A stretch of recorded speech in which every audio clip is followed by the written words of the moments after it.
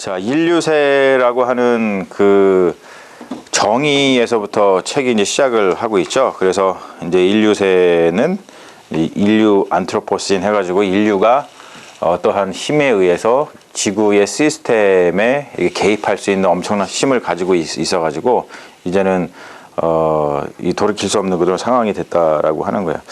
보면은 그래요. 이게 거기서도 이제 어떤 도표 통해서 이야기하는데 우리가 과학을 통해서 뭐 그냥 아는 것은 한 45억 년 전에 지구가 생겨났고 지금 인류가 지금 여기에 지금 살고 있잖아요. 그렇죠? 인류. 그래서 지금 이제 인류세. 그러니까 인류가 살고 있어서 인류세는 아니에요. 그런 뜻은 아니죠. 이게. 그거는 아실 거예요. 그러니까 인류가 살고 있기 때문에 인류세라 그런 건 아니고 인류가 이제 이런 지구 시스템 환경에 개입할 수 있는 그런 엄청난 힘을 가지게 돼서 새로운 어떤 세상이 왔다. 그래서 이제 인류세고. 자, 45억 년이 지나고 45억 년이 더 지나면 무슨 일이 벌어지죠? 무슨 일이 벌어지죠? 멸망? 어떤 멸망이 옵니까? 자연의 멸망. 그렇죠. 자연의 멸망이 와요. 지구가요, 45억 년 정도 있으면 지구가 폭발해가지고 더 이상 지구라고 하는 그 행성이 존재하지 않게 됩니다. 그게 이제 어떠한 그 천체 우주를 관찰을 해서 밝혀낸 이제 과학적 사실이죠. 그래서 지구뿐만이 아니고 태양도 뭐 이제 시간이 지나면은 완전히 그게 이제 없어지고 이제 그런 단계를 잡아서죠. 그러니까 어차피 보면은 그런 생각을 해요. 어차피 지구는 멸망을 향해 달려가고 있는 거예요. 그걸 보면은.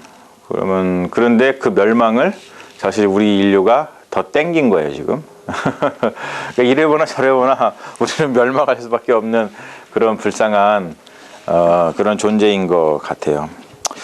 자, 그런데 그 1장에서 이야기하는 것 중에 이제 중요한 것 중에 하나가 뭐냐면, 의지의 작용이라고 하는 거죠. 의지의 작용, 자연 의지. 그래서 의지의 작용, 인류의 힘, 자연의 힘과는 달리 행사될 뿐만이 아니라 억제될 수도 있는 힘을 우리 인간이 가지고 있다는 거예요. 이거를 아는 게 왜 중요할까요? 이거를 아는 게 왜 중요하냐면 자연은 멈추질 않습니다.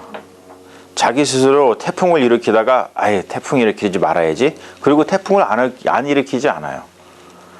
근데 인류는 태풍과 같은 힘을 가지고 있으면서도 그 힘을 쓰지 말아야지 라고 제어할 수 있는 힘이 있다는 거예요. 사실 어떻게 보면은 지금 이 인류세의 저자가 그 닥터 해밀턴이 희망을 거는 거는 사실 그겁니다. 인류가 자연하고 다른 것은 내가 힘을 그만큼 센 힘을 쓸 수도 있지만 그 힘을 쓰지 않을 수 있는 그 이성, 그거에 사실은 그거에 소망을 걸고 있는 거죠, 그게. 그래서 이게 되게 이제 중요한 겁니다. 그리고 또 한 가지는 여기서 이제 되게 이제 제가 신학자로서 이거를 바라볼 때 이 중요한 그 문구가 이런 거예요. 홍수, 기근, 화재, 전염병은 더 이상 순수하게 자연적 요인에 의한 것이 아니며 따라서 도덕적 악과 자연악 사이의 신학적 구분이 무너지고 있다라고 하는 진술입니다. 예. 이게 뭐냐면 홍수가 나고 지금 뭐 태풍이 불고 허리케인이 오고 그래서 많은 사람들이 죽고 그랬을 때 그걸 보고서는 사람들이 저거는 자연이 저지른 거기 때문에 그 누구도 책임질 필요가 없어 뭐 이렇게 생각했단 말이에요, 예전에는. 근데 지금은 인간의 의지적인 그 자연의 개입 때문에 이러한 일들이 빈번하게 벌어지고 있기 때문에 그렇게 자연의 악하고 우리 스스로 저지르고 있는 그런 어떠한 도덕적 악을 구분할 수가 없어요. 모든 게 다 혼합해져 있기 때문에 그렇습니다. 그래서 이런 것도 굉장히 중요한 통찰이라고 생각을 합니다. 그리고 이제 지구 시스템 과학이라고 하는 말은 여러분들이 조금 이해를 하셨을 거라고 이제 봅니다. 그리고 넘어가서 1장의 5번 보면 에코 모더니즘의 허울 해가지고 거기서 이제 두꺼운 글씨로다가 제가 해놓은 것 이쪽에 잘못된 생각과 믿음이라고 하는 거죠. 뭐냐면 과학계와 정치계 모두 지배적인 현 체계를 옹호하는 방식으로 인류세를 이해한다는 거예요. 그러다 보니까 인류세를 좋게 생각합니다. 그래서 생태계와 미국 사회 모두가 적응력과 회복력이 뛰어남을 증명해 왔기 때문에 이 두 세계가 결합하여서 안정성과 번영을 가져올 수 있을 거라고 생각을 하고, 그리고 인간의 창의성과 그리고 기술적 해결을 통해서 생태계와 지금 이 인간 사회에 벌어지고 있는 그런 문제를 해결할 거라고 믿고 있다는 거죠. 지금 이거를 비판하고 있어요, 여러분. 그렇죠? 그래서 그러한 믿음을 갖는 것은 문제를 해결하는 것이 별로 도움이 되지 않는다라는 이야기를 하고 있습니다. 그리고 2장에서 새로운 인간 중심주의로 넘어가면은 이게 제일 중요하죠. 모든 것을 의심할 것. 그래서 세계의 구조에 생겨난 인류세라는 균열의 직면에서 우리는 기존의 모든 신념을 의심해야 된다. 저는 이게 굉장히 저한테 크게 다가왔어요. 그래서 왜냐면 그렇잖아요. 지금 우리가 어떤 신념을 가지고 살아가잖아요. 그렇죠? 신념을 가지고 살아간단 말이에요. 이런 생각을 갖고 살아가면은 우리가 쉽게 이제 우리 종교적인 용어로 하자면은 구원을 얻을 거야. 우리가 행복할 거야. 뭐 이런 생각을 가지고서 신념을 갖고 살아간단 말이에요. 우리가 지금 신앙생활을 하는 것도 그렇고, 뭐 자녀 교육을 갖다가 뭐 빚을 내서라도 우리가 자녀 교육을 시키는 이유도 그렇고, 여러 가지 우리가 지금 하고 있는 그 행동의 뒤에는 어떤 신념이 있는데, 그 신념은 뭐냐면 다 행복할 거라고 믿고, 그리고 우리 종교적인 용어로 다 구원을 받을 거라고 믿기 때문에 그렇거든요. 근데 지금 이 인류세라고 하는 균열을 통해서 기존에 우리가 가지고 있었던 이러한 신념들 다 잘 될 거야 라고 했던 이 신념들을 다시 다 의심해야 된다는 거예요. 저는 이게 굉장히 큰 화두라고 생각을 합니다. 왜냐면 이런 인류세라고 하는 균열 앞에서 그 모든 것이, 우리가 생각하던 그 모든 것이 다 무용지물이다라고 이야기를 하고 있으니까요. 그래서 저도 이거를 읽고 나서 다시 한번 많이 생각을 했어요. 그 제가 가지고 있는 어떤 신학적인 지식이라든지 아니면 내가 가지고 있는 어떤 삶에 이거는 참 나의 삶을 지탱해주는 확실한 어떠한 뭐 파운데이션이냐, 이렇게 생각했던 그 모든 것들에 대해서 다시 한번 생각해 보는 이제 그런 기회를 가졌고, 그리고 무엇보다도 이제 이 책 자체가 그렇게 우리가 가지고 있었던 생각들을 뒤집어 보면서 다시 한번 생각하면서 의심하면서 이러한 생각들이 뭐가 잘못됐고, 그리고 이러한 생각들을 뭐에 수정을 가해서 이렇게 생각해야 된다고 하는 그러한 어떤 그 분석들을 해나가는 것을 보면서 책이 참 너무 좋다라는 생각을 해서 여러분들하고 이 책을 나누게 된 겁니다. 그리고 특별히 이제 제가 또 두꺼운 글씨로도 해놓은 인간 중심주의의 귀환이죠. 인간 중심주의의 귀환. 그래서 이것도 되게 중요한 말이라고 생각을 하는데, 성장 주도의 기술 산업 시스템의 초기 잘못은 보통 말하는 인간 중심주의라기보다는 가공할 인간 중심주의다. 문제는 인간이 중심적인 게 아니라 오히려 우리가 충분히 인간 중심적이지 않다는 것이다. 되게 중요한 통찰이라고 생각을 해요. 제가 이게 여러분들이 가공할 뭐 이런 말이 무엇인가 좀 마음속에 안 와닿으실 것 같아갖고 그 원어를 거기다가 옮겨놨죠. 뭐냐면 the original fault in the growth-driven techno-industrial system is its monstrous anthropocentrism이에요. monstrous. 뭐냐면 굉장히 몬스터가 뭔지 아시죠? 괴물스러운 거예요. 이게 그러니까 괴물스럽다는 것은 한마디로 해서 어떤 인간의 이성을 충분히 반영하지 못한 그러한 인간 중심주의라고 하는 것이죠. 그런데 정말 잘못은 인간 중심적인 게 아니라 우리가 충분히 인간 중심적이지 못하는 뜻은 뭐냐면, 우리가 조금 어떠한 이성적인 인간의 진짜 인간성인 그 인간성의 모습을 가지고서 접근을 했어야 되는데 그 이성이 잘못 사용되고 있다. 이제 그런 뜻에서 이렇게 이야기를 하고 있는 겁니다. 자, 3쪽으로 넘어가서 이제 핵심 주장은 제가 이제 설명을 한 거고요. 보면은 문제는 인간이 인간 중심적인 게 아니라 오히려 우리가 충분히 인간 중심적이지 않다는 것이다. 즉 뭐냐면 제가 이제 풀어서 설명한 겁니다. 소유한 힘을 책임감도 없이 너무 무분별하게 사용한다는 게 문제라는 거예요. 여러분 어떻게 생각하세요? 그렇죠. 우리가 엄청난 힘을 가지고 있는데 그 힘을 너무 무분별하게 책임감도 없이 사용한 것 때문에 지금 이 지경에까지 이르렀다고 하는 겁니다. 이게. 그래서 이걸 보면서 그런 생각을 정말 많이 해요. 누군가가 힘을 가지고 있다면 그 힘을 가지고 있는 그 누군가에게 정말로 필요한 것이 무엇일까? 그러니까 옛날부터 이런 생각들은 많이 했어요. 특별히 뭐 플라톤 같은 경우도 이런 얘기 많이 했죠. 뭐 철인 정치를 많이 얘기를 했습니다. 철인 정치. 철인 정치가 뭐예요? 철인이 뭐예요? 아이언맨? 아이언맨 철인. 철인 3종 경기를 해낼 수 있는 그런 사람, 그런 그 체력을 가진 사람? 그게 아니죠.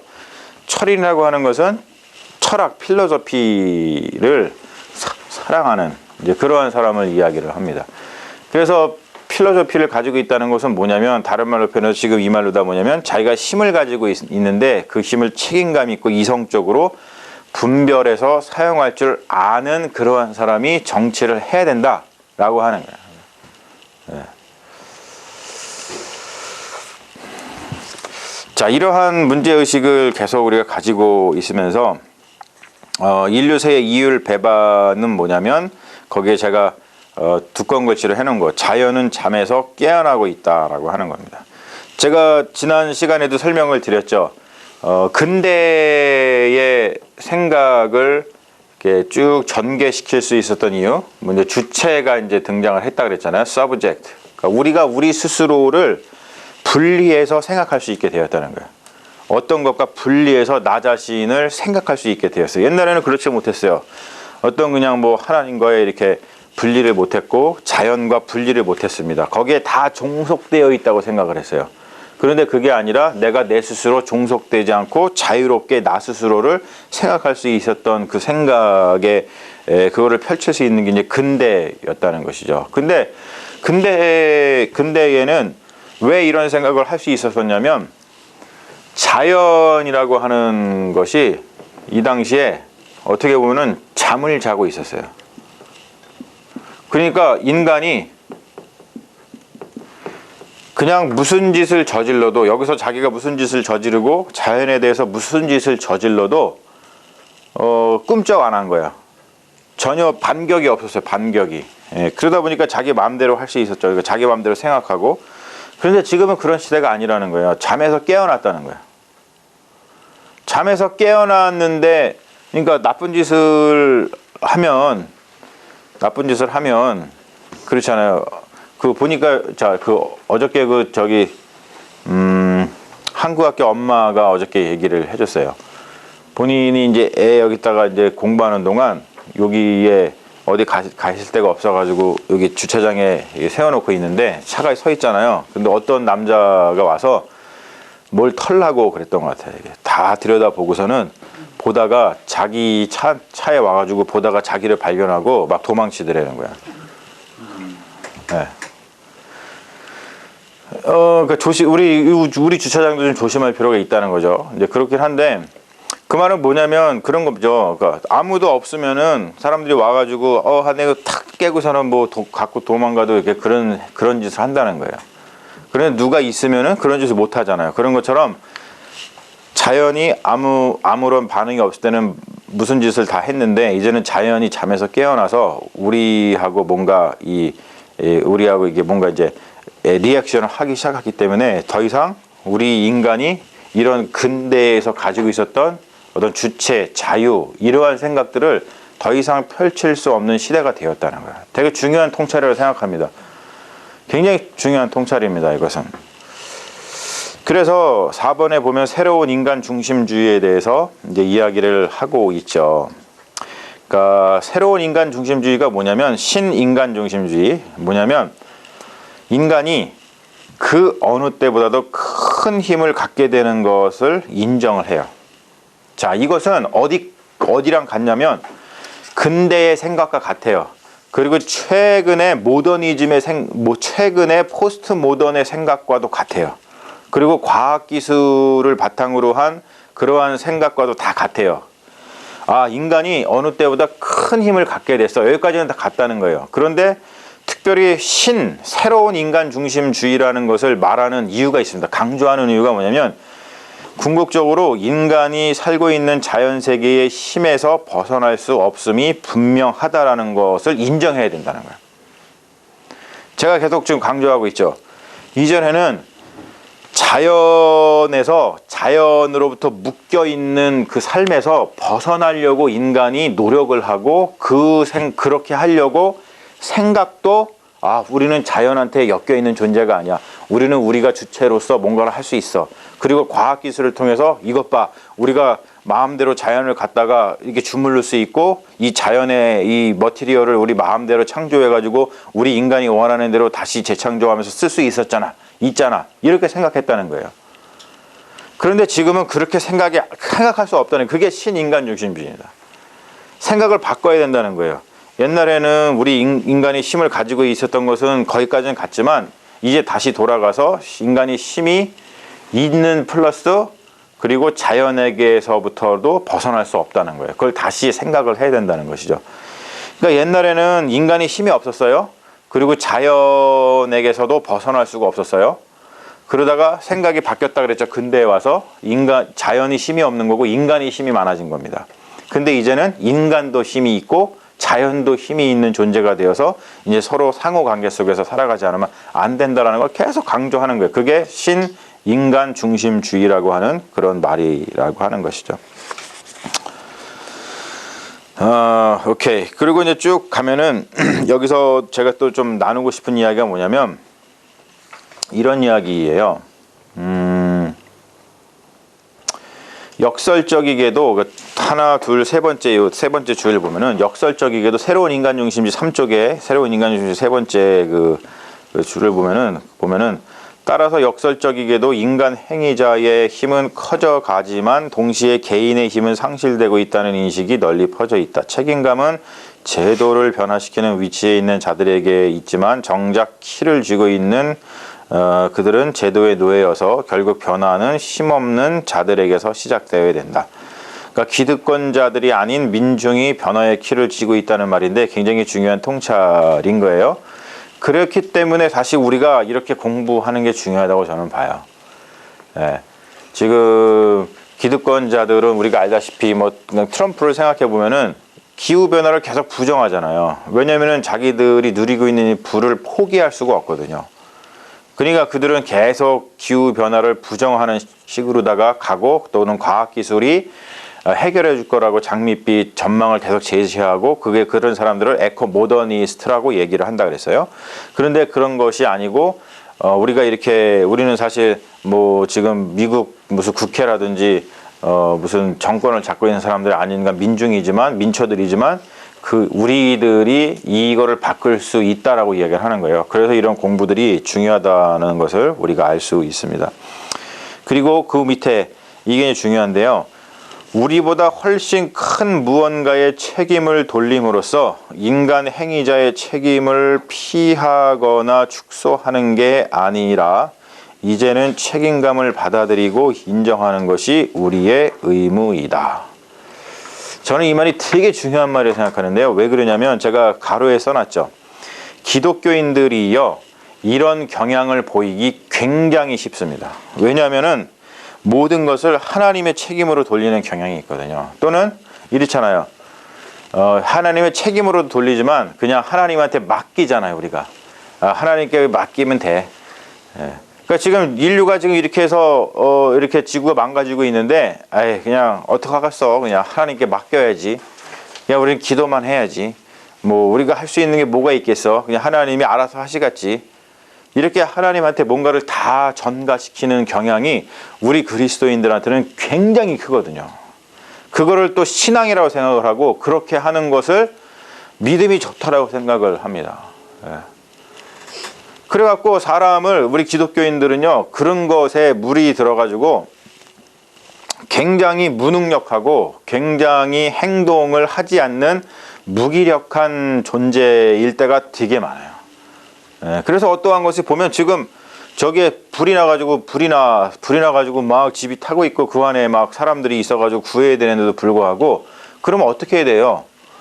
그냥 그 불 속이라도 뛰어 들어가가지고 어떻게든지 구하고 그 불을 끄려고 노력을 해야 되는데 그게 아니라 그걸 바라보면서 그냥 이렇게 기도하는 거지. 주님 불 꺼주시옵소서. 주님 저 안에 있는 사람 살려주시옵소서. 아무런 행동도 하지 않으면서 그런 경향이 우리 기독교인들한테는 굉장히 크다고 하는 것이죠. 하지만 이제는 철저히 자기 자신이 책임지는 자세를 견지해야 된다는 거예요.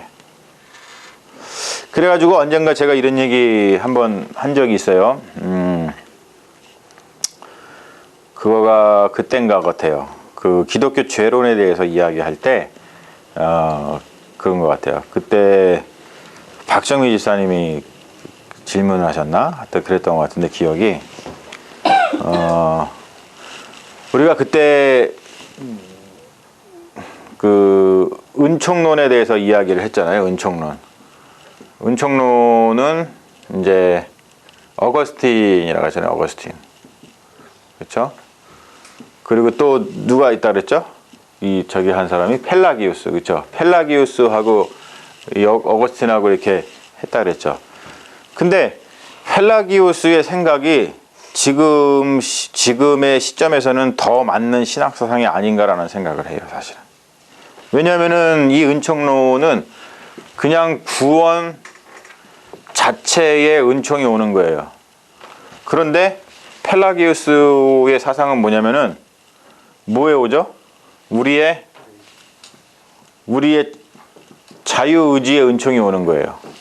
그래갖고 우리가 우리의 어떤 책임을 가지고 계속 노력함으로 인해서 우리 스스로 구원에 이를 수 있다라고 하는 거거든요. 이게.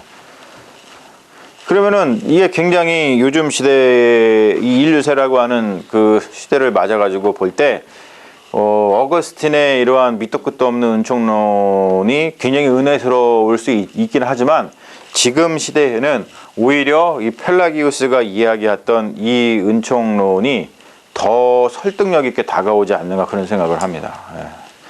사실 이제 이런 것들은 뭐 이제 신학자들이 계속해서 발굴해가지고 우리의 생각을 이렇게 바꿀 수 있는 그 토대를 사실 마련해 줘야지만 이제 되는 거죠. 그러니까 뭐 제가 지금 이렇게 얘기한다고 해가지고 지금 대세에 있던 어거스틴의 은총론이 갑자기 아니야.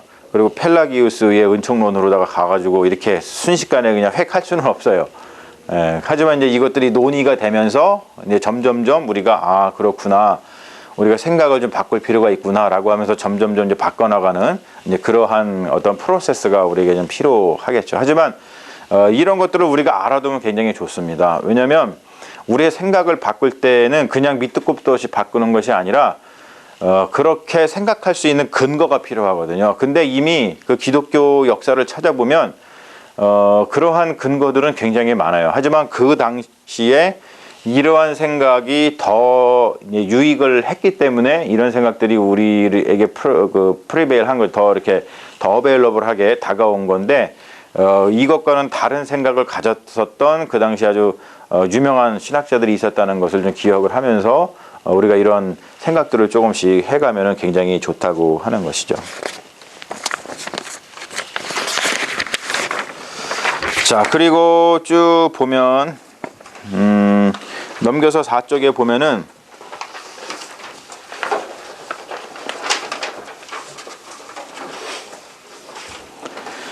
사쪽에 5번 전에 보면 자연을 보호하는 거 오늘날에는 지구 시스템을 진정시키는 것이 다른 모든 고려 사항을 능가한다는 거예요. 그래서 제가 가로쳐놨죠. 그런데 아직까지 경제 성장 운운하는 것은 나쁜 짓이다 써놨잖아요. 저는요 이게 왜냐면 참 놀라운 게 뭐냐면 이거 작성한 거는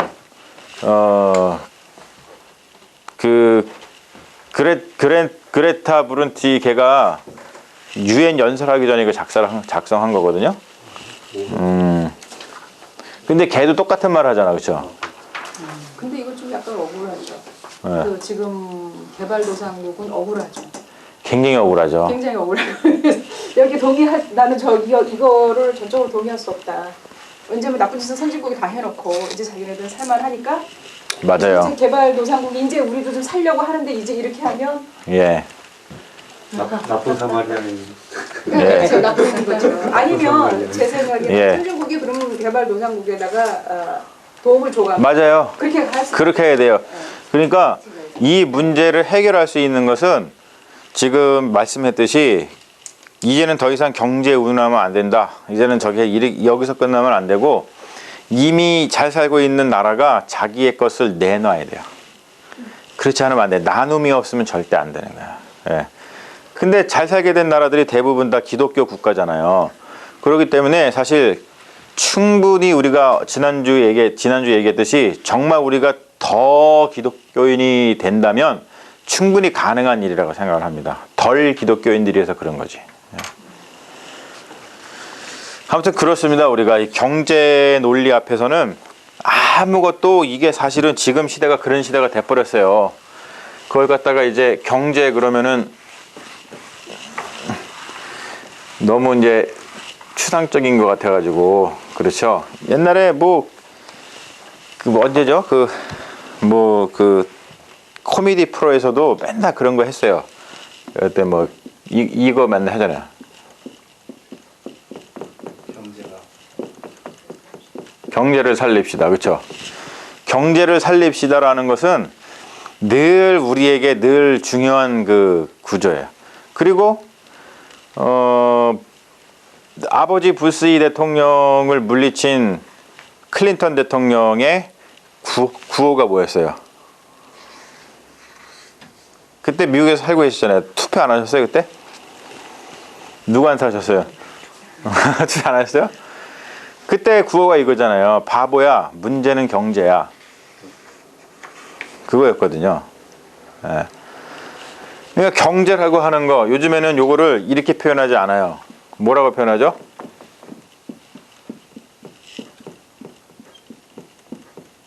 먹고 사니즘이라고 표현을 해요. 요즘에는 아주 쉬운 말로다가 먹고 사니즘. 이게요. 요즘 시대에는 이게 뭐냐면 이게 블랙홀입니다. 블랙홀. 홀이 이게 아니구나.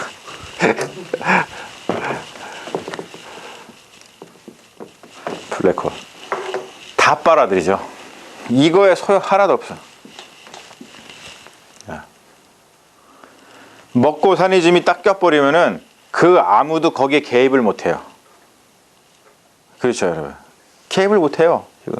제가 어느 나라인지 제가 뉴스에서 봤는데 유럽의 어느 나라예요. 그러니까 법을 정했는데 그 회사의 CEO나 제일 많이 돈을 받는 사람이 그 회사의 가장 낮은 임금을 받는 사람이 50배를 못 받는 법을 정했대요. 근데 저희가 막 정말 박수 칠 뻔했어요. 근데 50배라 그러면 엄청난 어떻게 50배 이상을 받을 수가 있단 말이야. 그거를 정할 정도면 얼마를 더 받는 거예요. 지금 보면은 CEO가 50배가 뭐예요? 그러니까 100배가 뭐예요? 거의 수백 배, 수천 배예요. 정말 필요하다. 필요해죠. 예.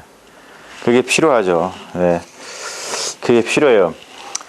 이게 참 그렇습니다. 저는 옛날부터 그런 생각을 많이 했어요. 뭔 생각을 했냐면 지금 이거 말씀 나왔으니까 이제 얘기합니다만 되게 그래. 되게 보면은 비즈니스를 이제 크게 하시는 분들이 계셔요. 예. 그러니 그분들이 이제 거기에 이제 CEO란 말이야.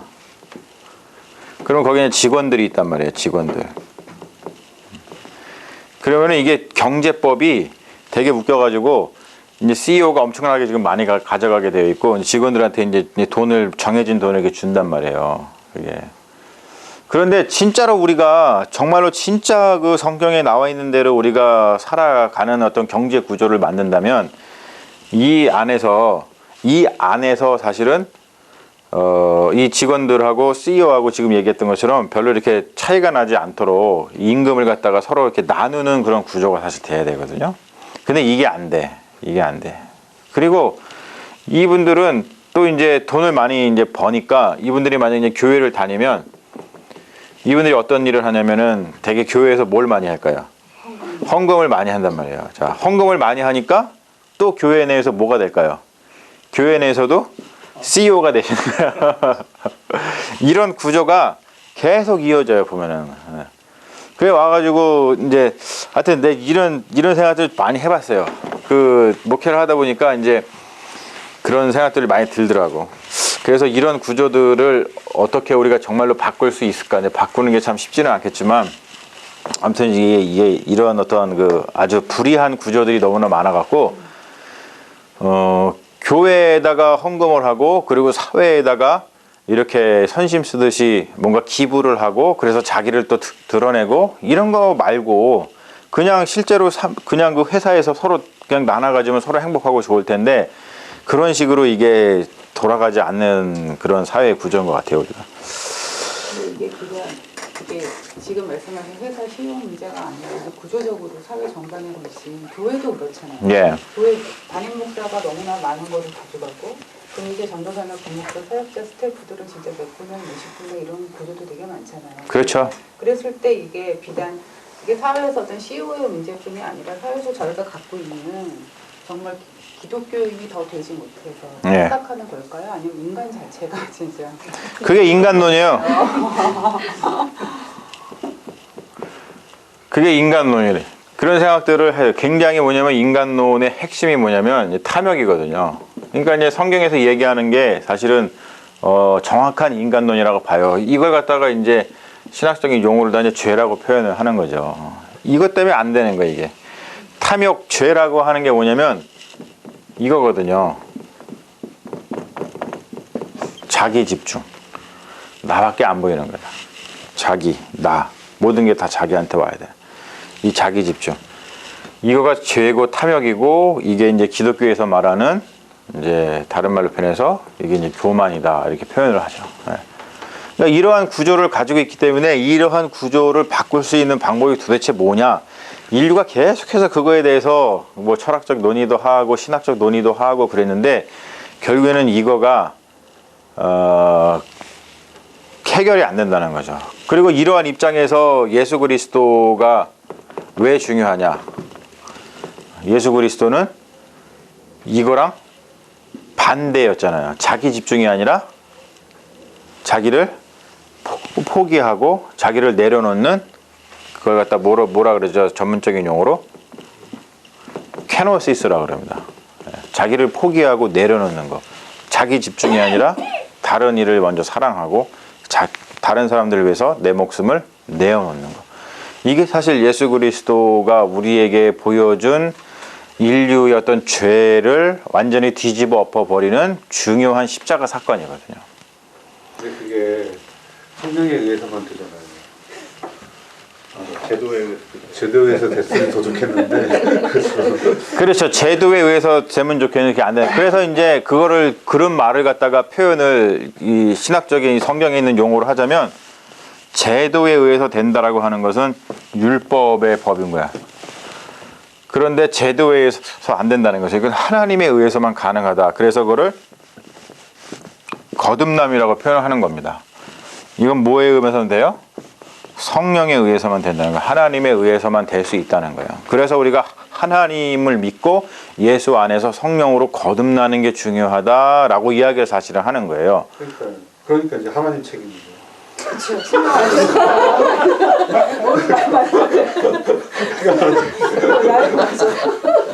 그러니까 제도를 제도를 계속 보완해서 가야 되는 것 같아요. 그렇죠.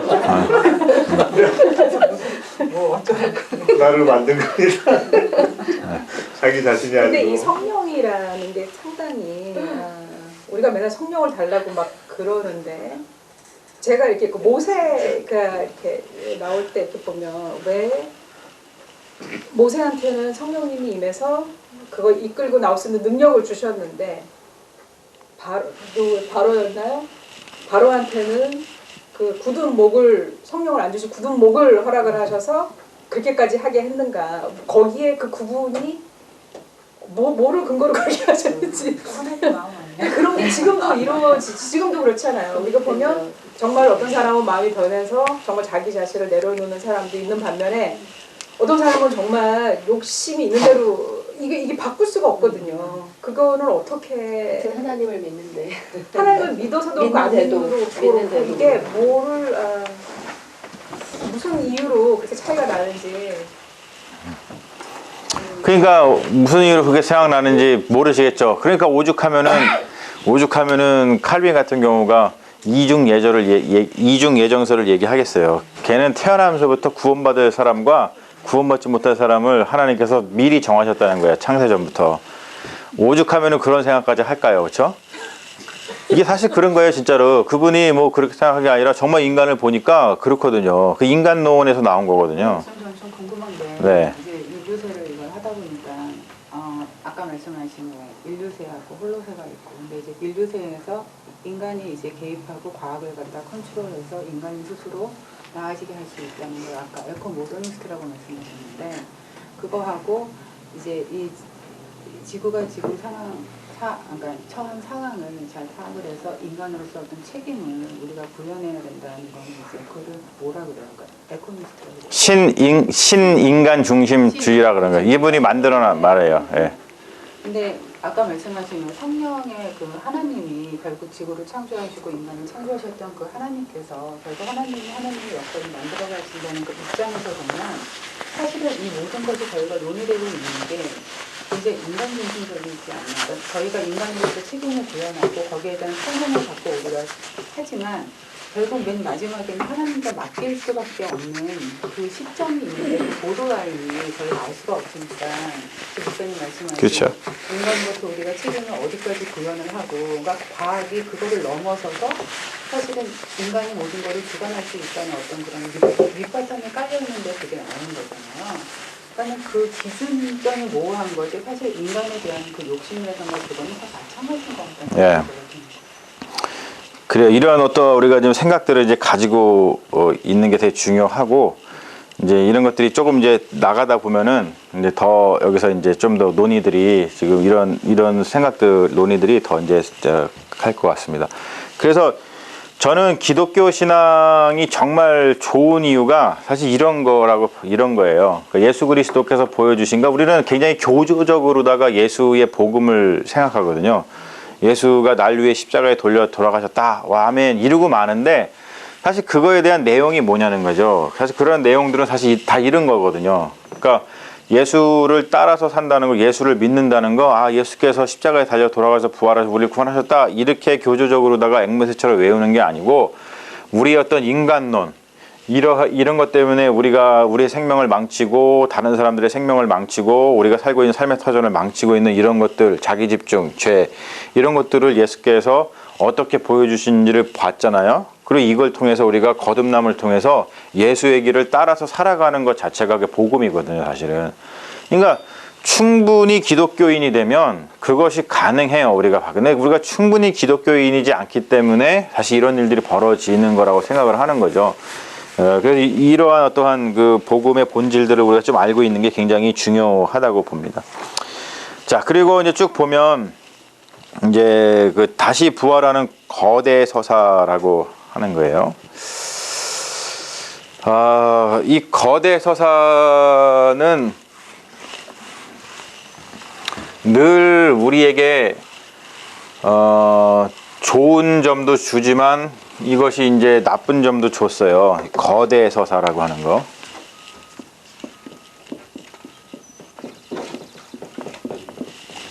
이걸 갖다가 이제 뭐 메타 서사라고 메타 내러티브라고 이야기를 하고 그렇습니다.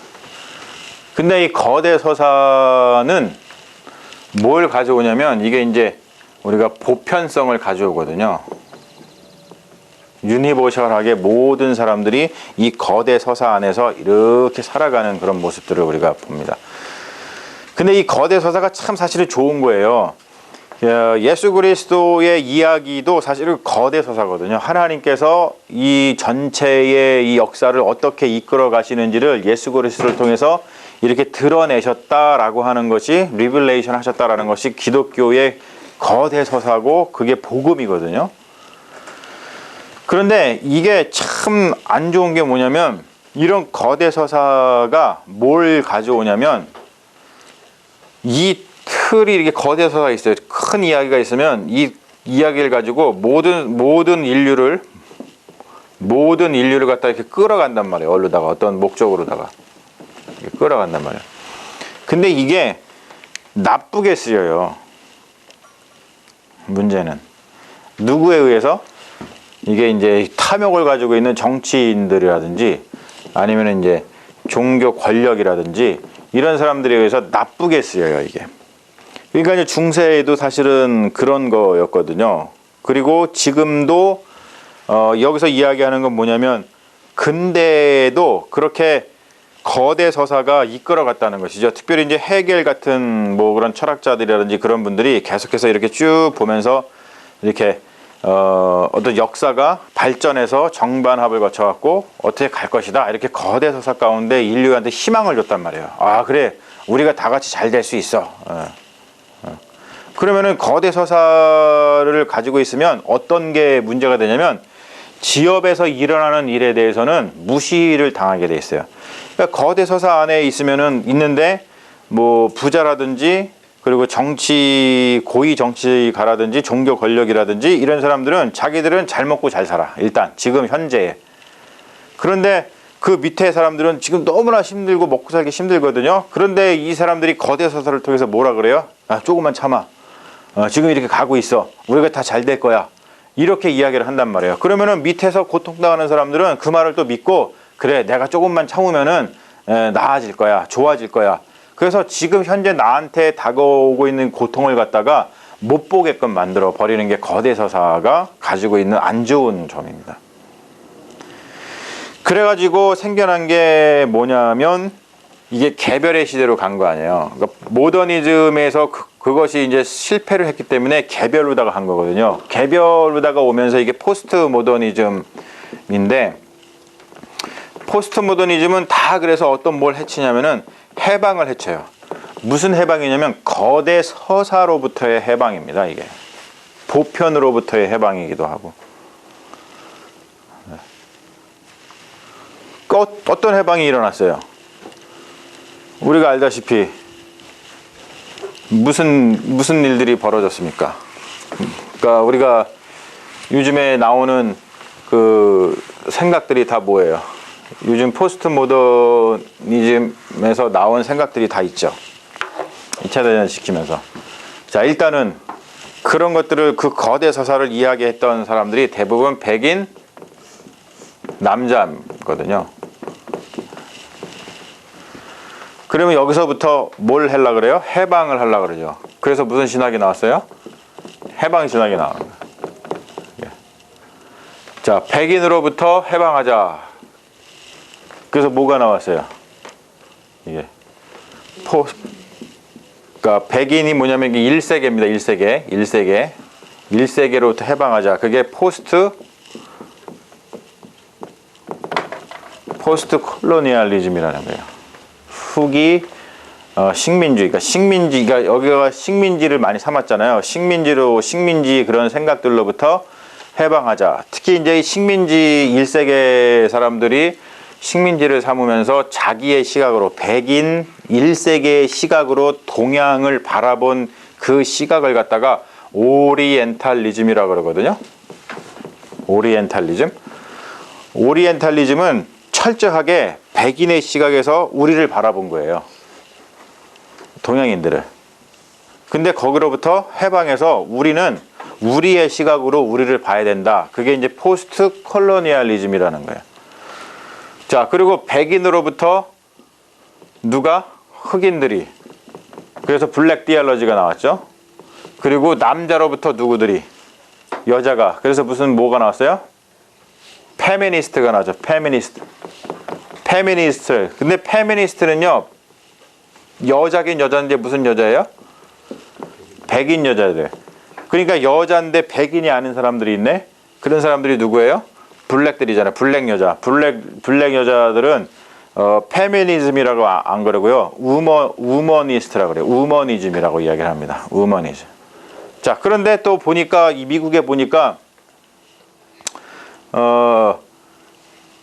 백인 여자, 백인 흑인 여자만이 아니고 우리가 일상생활 속에서 가장 많이 보는 여성 그룹이 있어요.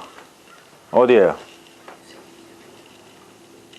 딱 집어가지고 남미 여자, 남미 여자. 예. 그리고 그 남미 여자들이 무슨 신학을 또 발달시켰냐면 무헤리스타라고 하는 신학이 있어요. 이걸 아마 못 들어보셨을 거예요. 무헤리스타라고. 예, 무헤리스타. 예. 무헤리스타. 예. 이런 신학을 다 또 발전시키고. 자, 그리고 이런 생각들이 또 뭐예요? 아, 이게 지금 다 보니까 이것들은 다 누가 하는 거예요? 이거는 이성애자들이 하는 거예요. 이성애자들. 예. 그렇죠. 뭐, 다 좋다 이거야. 다 뭐, 남자, 여자, 백인, 무에리스타 다 좋아. 근데 보니까 이거는 다 이성애자들이 하는 거야. 남자와 여자 사이에 또 벌어지는 일들이야. 그러니까 여기서부터, 우리는, 이 사람들이 해놓은 그런 시각들을 받아들일 수 없다라고 하면서 나온 그 생각이 뭐예요?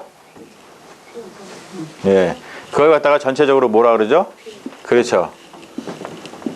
퀴어라 그래. 퀴어 티얼러지라 그래. 퀴어. 예. 신학도 있어요? 그럼요. 예. 다 신학 사상이에요. 저게 철학 사상이고 다 그렇습니다. 퀴어예요. 이성이 아니라 뭐요? 동성의 입장에서 보는 겁니다. 자, 그런데 동성애에서도 또 누가 있죠? 게이가 있어요. 게이, 그렇죠? 남자와 남자 또는 여자와 여자 이게 하는 거. 그게. 그리고 또 누가 있어요? 게이가 이제 저기고 이제. 예. 트랜스젠더가 있어요. 트랜스젠더. 예. 트랜스젠더. 자, 트랜스젠더. 예. 그렇죠. 바이섹슈얼도 있고요.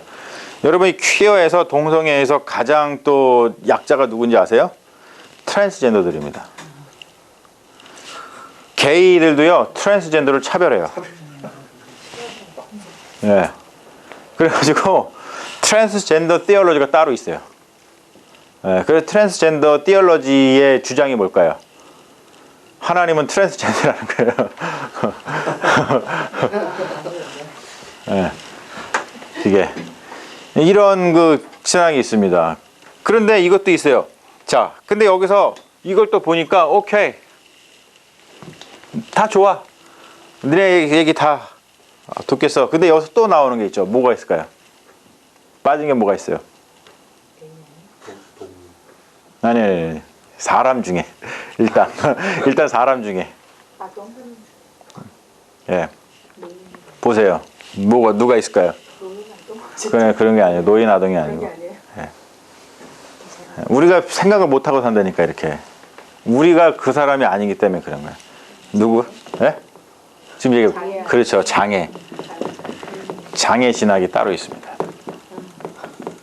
복잡하죠?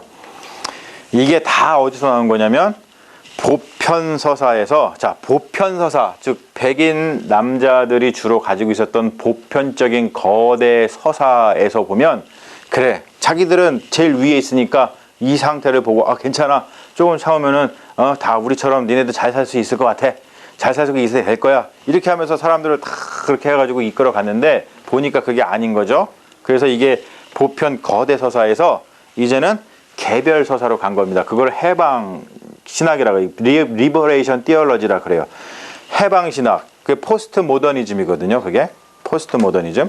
그래서 그 생각으로다가 남겨오는 게 이 많은 사조들이 계속 생겨나고 있죠. 그리고 이게 어디까지 더 나가냐면은 좋아. 이거는 제가 아까 얘기했듯이 이거는 뭐예요 다? 이건 다 사람이야 사람. 다 사람이에요. 네. 그래갖고 지금 굉장히 뜨는 신학 중에 하나가 뭐냐면요. 이겁니다. 동물 신학이에요. 네. 이게요, 영국 이런 쪽에서는요, 굉장히 발달돼 있어요. 우리가 접하지 않아서 그렇죠. 지금 엄청나게 이게 발달이 되어 있어요. 네. 무슨 내용이에요? 동물 신학은 동물도 똑같이 우리와 같이 똑같은 인격체라는 거예요. 하나님의 구원을 받을 수 있다. 그렇죠. 네. 자, 이게 왜 중요하냐면요. 이제 좀 재밌는 얘기를 해볼게요. 이 펫을 가지고 와가지고 예배 드리는 날들이 있어요. 어느 교회들. 자, 보세요. 우리가 이걸 잘 알아야 되거든요. 뭘 알아야 되냐면, 우리가, 여러분들이 사람이 있어요. 우리 인간이 있어요. 근데 인간이요, 같은 인간이라고 다 같은 인간입니까? 이 사람들이 계속 그 했던 이유가 뭐예요? 그 계속 저항해가지고, 한 성취해내는 게 뭡니까? 자, 이제 한 예를 들죠. 미국에서 백인 여자들이 페미니즘 운동을 통해 가지고 얻어낸 성과가 뭐예요? 실제로. 그렇죠. 3정권인 거예요. 페던트 참정권. 예. 옛날에 뭐냐면, 옛날에는 보세요. 참정권이라는 것은 뭐냐면은 법이거든요. 법. 이 법이 되게 중요한데 왜 이게 중요하냐면 우리가 인간으로서 인간의 어떠한 인격체라 그러죠. 이거 이제 퍼슨이라 그래요. 인격체를 갖는다는 것은 우리가 단순히 이렇게 인간의 모습을 하고 있다라고 뜻이 아닙니다. 이건 굉장히 법적인 용어입니다. 법적인 용어. 무슨 법적인 용어냐면 이 용어예요.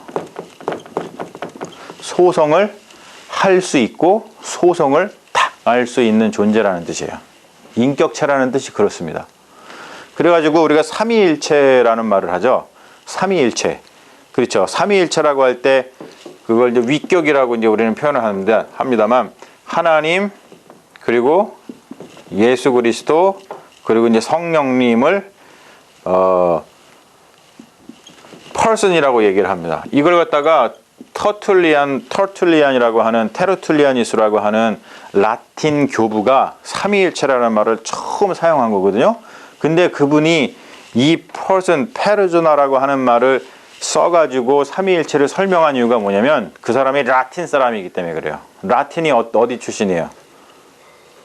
로마는 뭐가 강해요? 법이 강하거든요. 모든 것을 법적인 용어로다가 설명을 합니다. 그래서 삼위일체라고 하는 말도 사실은 법적인 용어예요. 그래서 인격체라고 하는 말은 소송을 걸거나 소송을 당할 수 있는 존재인 거예요. 자, 옛날 로마 시대 때 주인님이 계셨죠? 이건 누구예요? 남자예요. 그리고 그 밑에 아내, 자녀, 그리고 또 뭐가 있었어요? 노예가 있었잖아요. 종, 그렇죠? 자, 이 중에 여러분들이 생각하기에 이 말에 의하면 내가 소송을 걸고 소송을 당할 수 있는 다 인간이지만 이 중에 인격체가 누굴까요? 이거밖에 없었던 거예요. 그렇죠? 그렇죠? 네. 그런 것처럼 우리가 지금 계속해서 이 리버레이션을 통해 가지고 쟁취하고자 하는 게 뭐냐면 인격체로서의 권리를 요구하는 겁니다. 여자들이 소송을 걸고 소송을 당할 수 없는 시대에 살다가 지금은 여러분 다 개별적으로다가 소송을 당하고 소송을 걸 수가 있어요. 지금 애들도 뭐예요? 애들도 소송을 당할 수 있고 소송을 걸 수 있어요. 그리고 노예 이제 없어졌지만 노예도 소송을 당하고 소송을 걸 수 있는 시대가 된 거예요. 뭐 블랙 피플도 소송을 뭐 당하거나 걸 수 있는 존재가 아니었지만 그런 존재가 된 겁니다. 자, 이런 거예요. 자, 이 관점에서 우리가 그 인권이라고 하는 건요. 인권이라고 하는 거는 그런 의미인 거예요. 법적인 용어로다가 생각하는 게 되게 중요합니다. 많은 분들이 인권, 뭐 인격체 그러는데 그러면은 사람 대우를 해줘야지 이렇게 너무 순진하게 생각하는데 그게 아닙니다. 왜 동성애자들이 그렇게 데모를 하는지 아시겠죠? 왜 그러냐면 자기네들이 인권을 갖기 원하는데 이 인권이 다른 게 아닙니다. 법적인 지위를 이성애자들하고 똑같이 누리도록 해달라고 하는 뜻입니다. 모든 게 다 그렇게 발전되고 있어요. 그래서 동물 신학도 결국엔 뭘까요? 동물들도 똑같이 소송을 걸고 소송을 당할 수 있는 존재가 되는 거예요. 실제로 그런 일이 있어요, 없어요? 미국에서 있어요, 없어요? 있잖아요. 예. 걔가 재산권을 갖습니다. 예. 그리고 걔가 재산권을 행사해요. 그 죽으면서 유산을 상속을 하잖아요. 그러면 걔가 소송을 걸 수 있고 소송을 당할 수 있는 그 인격체로다가 보기 때문에 그런 거예요. 나중에 로봇이 나와서 분명히 AI가 나오면 로봇이 나오겠죠. 그러면 AI가 반란을 일으키거나 아니면 우리 뭐 사람들이 AI가 친해져 가지고 무슨 또 데모를 할 때 AI 그 로봇한테 뭘 주자고 얘기를 할까요? 소송을 걸거나 소송을 당할 수 있는 그런 자격을 주자고 얘기하는 거예요. 이 되게 중요한 포인트입니다, 여러분. 그렇게 가고 있는 거예요, 지금. 그게 인권인 거예요. 뭔 얘기하다 이렇게 많이 왔는지 모르겠는데. 되게 중요한 얘기예요. 여러분, 이걸 좀 잘 알아두고 계시면 되게 좋습니다. 거대서사. 거대서사. 예. 자, 쭉 넘어가 볼게요. 쭉 넘어가서 좀 중요한 얘기만 더 좀 해볼게요. 넘어가서 우리 8쪽으로 가보시죠. 계몽적 우화. 행성의 역사 중에 계몽적 우화.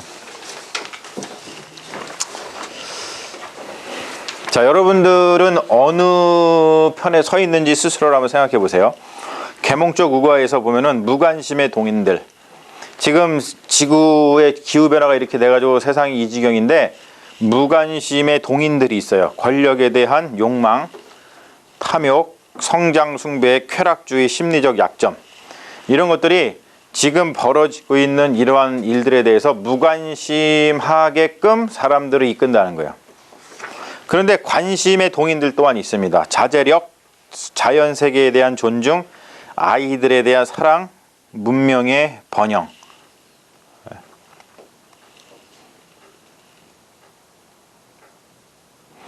그래서 여기서 이제 이 계몽적 우화에서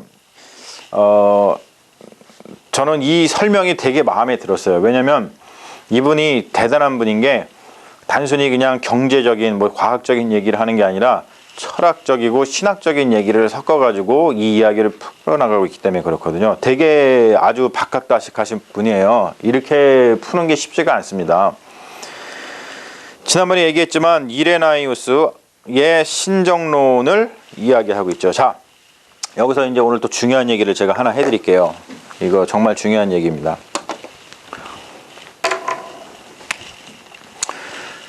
자, 제가 계속 이야기하는 그 어거스틴이라고 하는 분, 어거스틴은 어느 신학 계열에 서 있냐면 라틴 신학 계열에 서 있는 분입니다.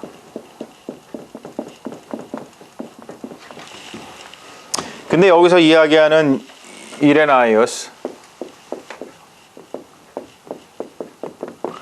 뭐 영어로다가 이레니우스라고 그냥 얘기합니다만, 이레나이우스. 이 이레나이우스는 어디 계열에 있는 분이냐면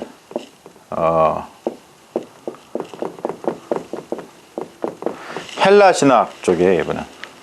그러니까 헬라라고 하니까 좀 그렇나요? 그릭.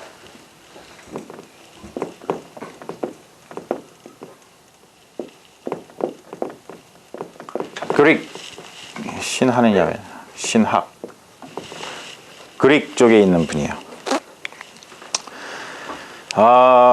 우리 한국 기독교, 특히 개신교는요, 굉장한 한계를 가지고 있어요. 무슨 한계를 가지고 있냐면 생각의 한계를 가지고 있습니다. 여기를 벗어나지 못해요. 굉장히. 이게 왜 그러냐면 이제 그럴 수밖에 없는 게 라틴 신학에서 발달한 기독교 종파가 뭐예요? 이게 카톨릭입니다.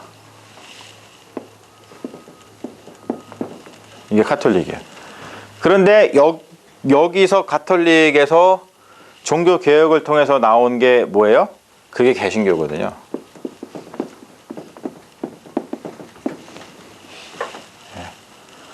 그리고 또 그 중에서도 우리 한국 개신교는 어디를 통해서 들어왔어요? 미국을 통해서 들어왔거든요. 브로드하게 좀 얘기하자면. 그래갖고 굉장히 생각 자체가요, 굉장히 좀 편협할 수밖에 없어요. 그리고 미국의 개신교가 들어온 그 시기도 중요한데, 그 시기가 어느 시기예요? 19세기, 20세기입니다. 이게 이제 복음주의 시대입니다.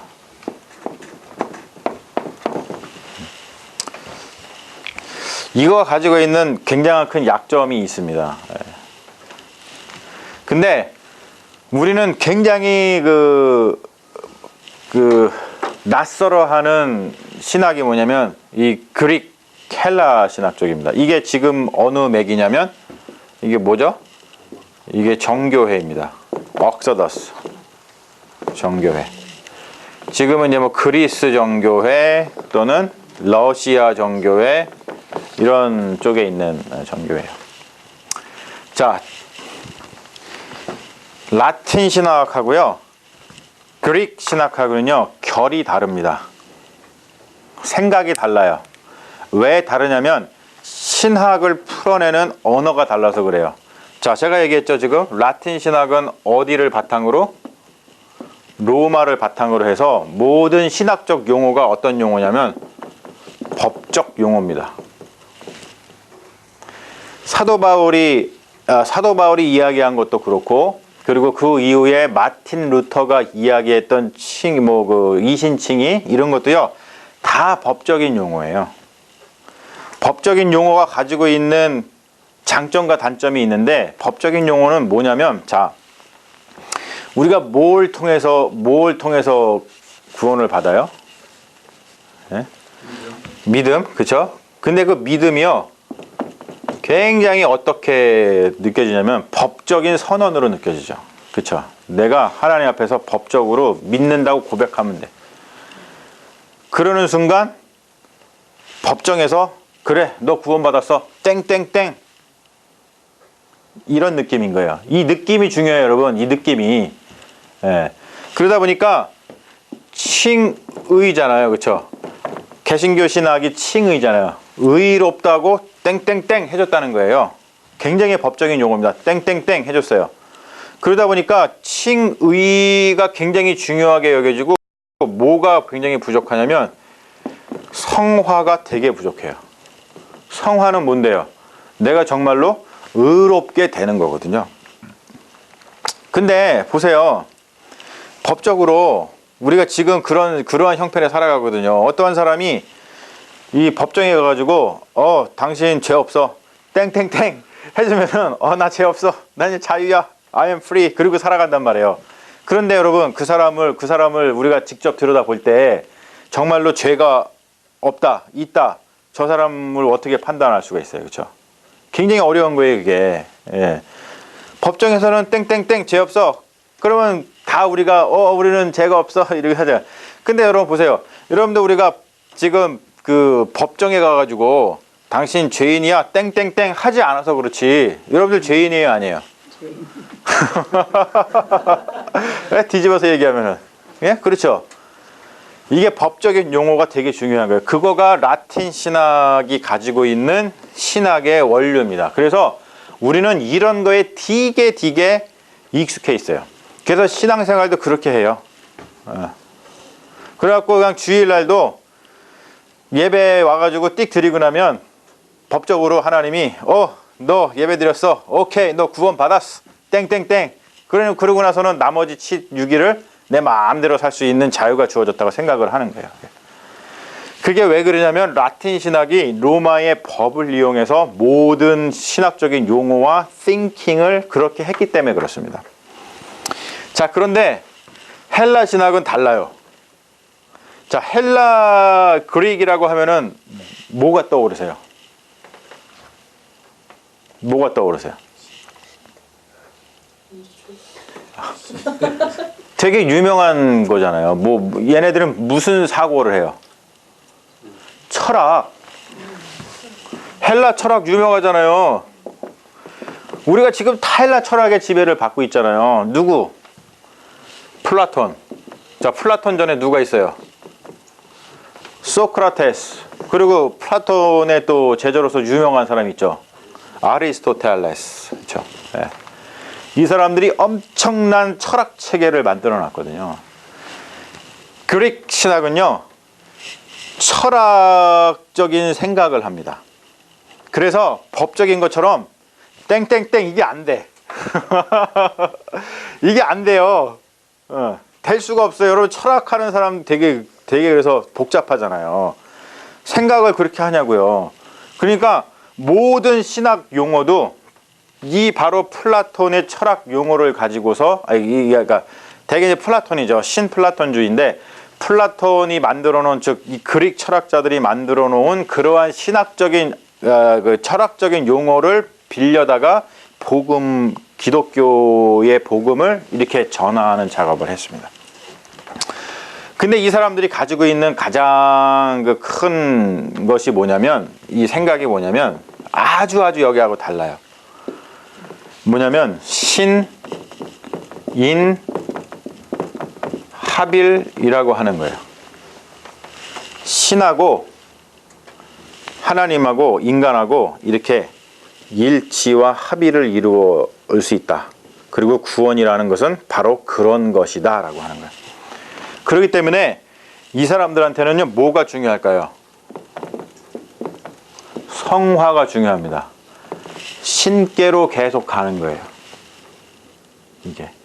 자, 이 생각을 알아야지만 우리가 되게 중요한데, 왜냐면 라틴 신학에서 어거스틴하고 지난번에 얘기했던 이 유명한 사람이 누구냐, 이 전에 쓴 사람이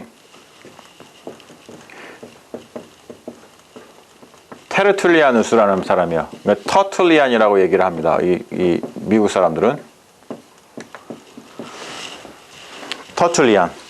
그리고 여기에 속해 있는 사람들은 굉장히 많아. 이레니우스하고 그리고 이제 오리게네스 뭐 이런 분들, 같은 교부이긴 하지만 신학적 전통이 다릅니다. 자, 그런데 여러분, 우리는 대개 제가 뭔가 신학을 얘기할 때 누구 얘기를 많이 해요? 어거스틴을 엄청 얘기하죠. 그리고 대개 어거스틴의 생각이 보편적으로 많은 사람들한테 받아들여졌다라고 제가 자꾸 얘기를 합니다. 그 이유가 뭘까요? 이것 때문에 그래요. 로마 때문에. 라틴 신학을 해가지고 카톨릭이라든지 개신교라든지 다 이 계열에 서 있는 그러한 신학 바탕으로다가 신앙생활을 하는 사람이기 때문에 어거스틴의 생각을 바탕으로 신앙생활 하는 것을 굉장히 편하게 생각하고, 그리고 이 사람의 생각이 맞다고 우리는 생각을 하고서 신앙생활을 합니다. 그런데 여기서도 이제 제가 써놨습니다만, 이레니우스의 생각은 굉장히, 여기서도 보이지만 이레니우스의 신정론은 굉장히 다르다 그랬어요. 네. 그렇죠. 지난주에 제가 잠깐 얘기했죠. 어거스틴은 어떤 신정론이었어요? 그러니까 어거스틴은 그냥 인간이 완전한 상태로 띡 왔는데 그냥 타락을 해버려가지고, 그 원죄를 통해서 타락을 해가지고 다시 우리가 구원에 이뤄야 되는 어떠한 어떤 에이전시가 필요한, 이제 그러한 은총, 하나님의 은총이 필요한, 근데 그 은총을 갖다가 이제 중세 지나면서 이 카톨릭이 에이전시로서 이제 그 은총을 줄 수 있는 그걸 다 이제 권력을 줬다 그랬잖아요. 그런데 그게 아니라 이레니우스는 그렇게 생각하지 않았다는 거예요. 완전히 생각의 결이 달라요. 여기는 완전히 타락을 해가지고 내가 죄인이야. 그런데 그 죄인이 하나님 앞에 그렇죠. 서서 뭐 받는다 그래요? 심판. 그게 법정 용어란 말이에요. 그러면 그 앞에 서가지고 어떻게? 법적으로다가 오케이, 너 의로와 땅땅땅. 그리고 의로운 놈이고, 너 의롭지 않아 땅땅땅. 그럼 너는 나쁜 놈이야. 그런데 보세요. 이레니우스는 그렇게 생각하지 않았다 그랬죠. 보세요. 지구에 도착을 했는데 완전한 상태로 도착한 게 아니라 창조의 과정 속에 그냥 도착을 한 거예요. 굉장히 뭔가 프로세스죠. 뭔가 그냥 법적으로다가 단칼에 자르듯이 그냥 이렇다 저렇다 얘기할 수가 없어요. 그렇죠? 그리고 원죄라는 것 자체도 그냥 청년 시절, 청소년 시절로서의 그러한 좀 미숙한 상태. 하지만 우리가 그 안에서 계속해서 이게 신일 합의를 이루기 위해서 성화, 뭔가 계속 이렇게 뭔가를 열심히 뭔가 나의 어떤 하나님이 주신 자유의지와 하나님의 보여주신 그 은총을 통해 가지고 내가 계속해서 한 걸음씩 나가면 어느 순간인가는 신일 합의를 통해서 구원을 이루어낼 수 있다라고 하는 거예요. 결이 다른 게 느껴지세요? 이 되게 중요한 겁니다. 자, 더 나가서 제가 여기까지 또 좀 얘기해 드릴게요.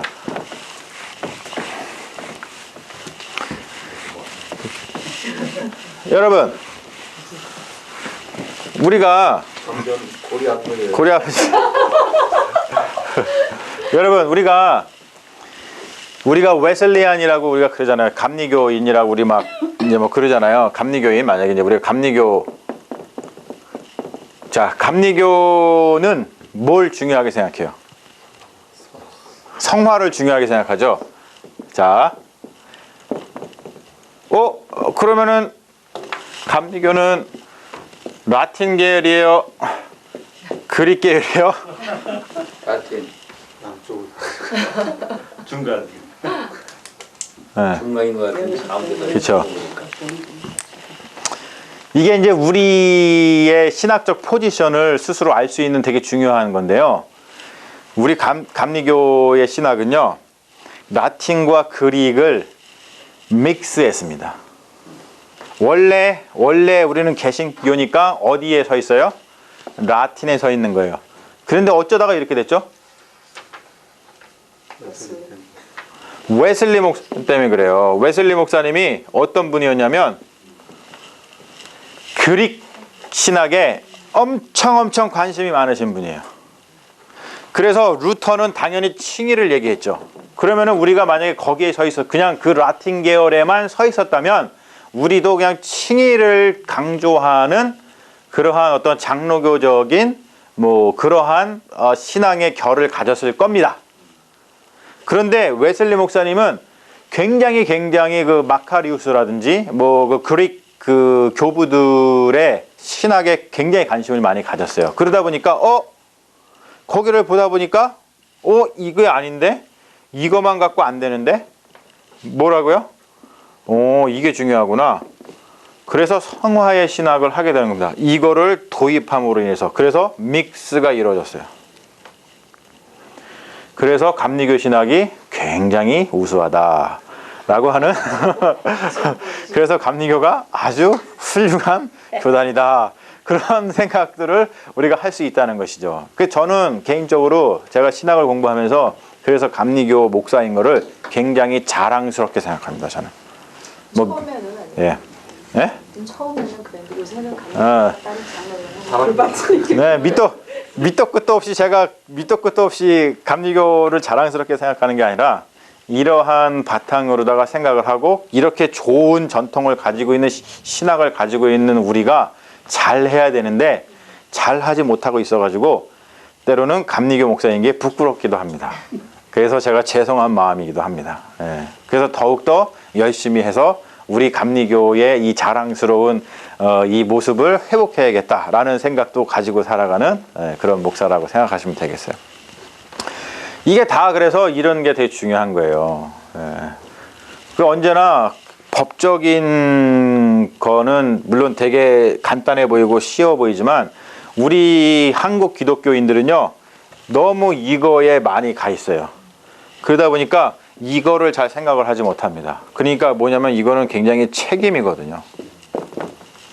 그래서 감리 신학을 이야기하는 영어 두 마디가 있습니다.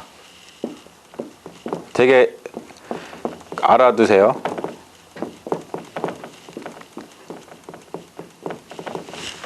Responsible Grace라는 거예요.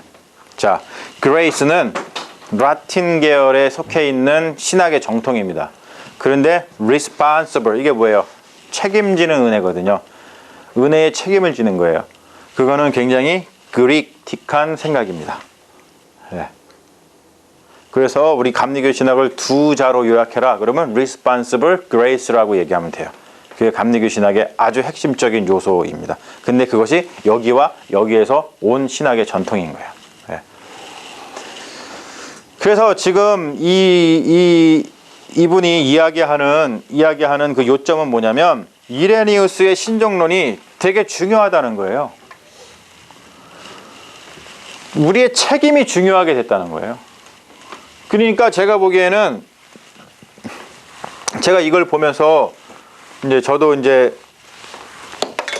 논문을 써야 되는데 논문의 주제를 어느 정도 더 이렇게 디벨롭을 시킬 수 있었어요. 이 책을 통해서 진짜로 너무 중요한 책인 거죠.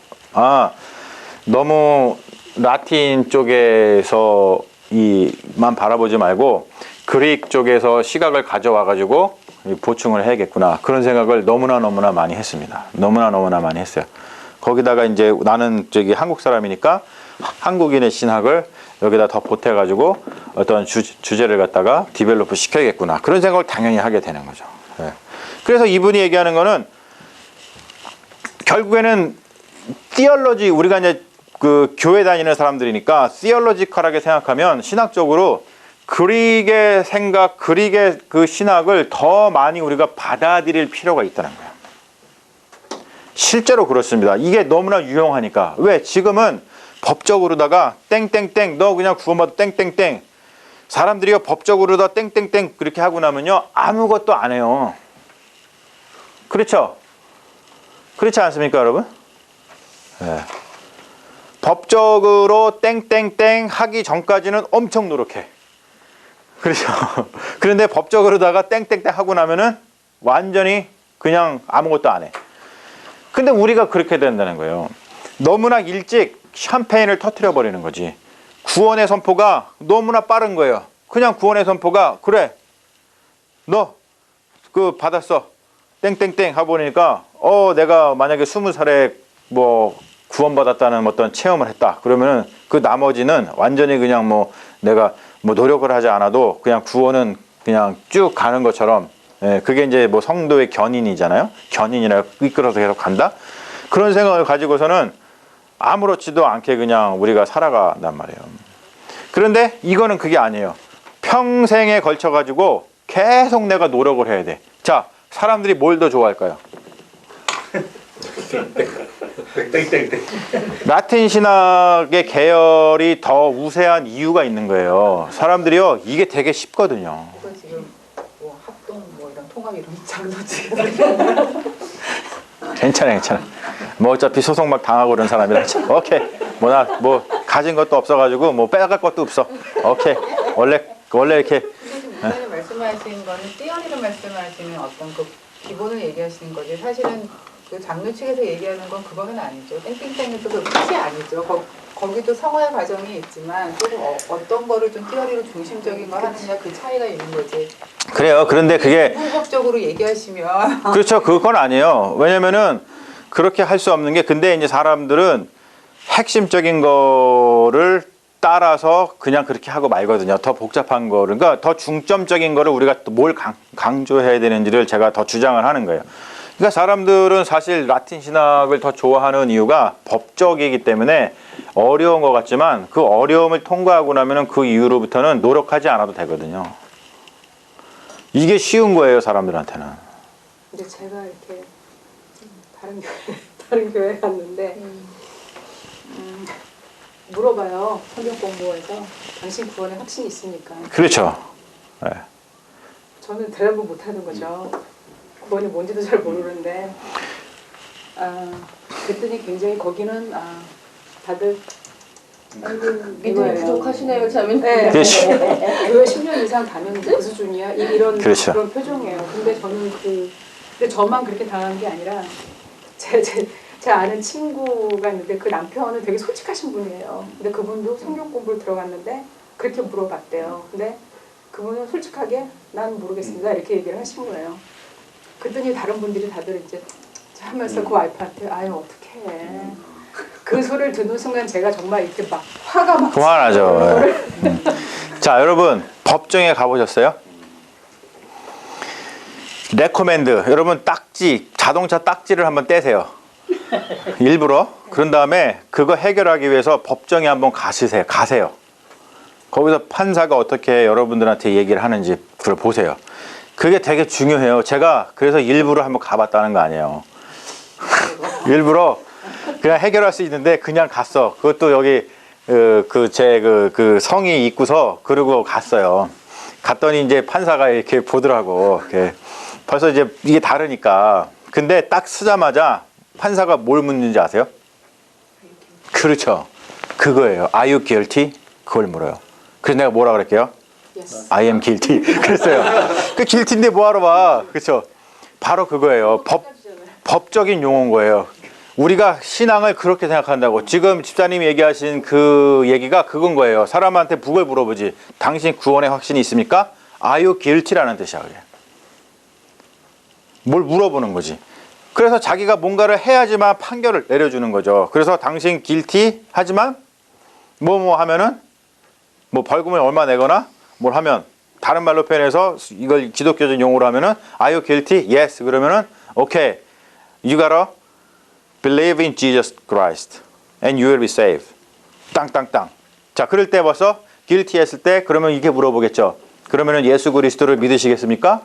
guilty? 그러면은 300불 내시겠습니까?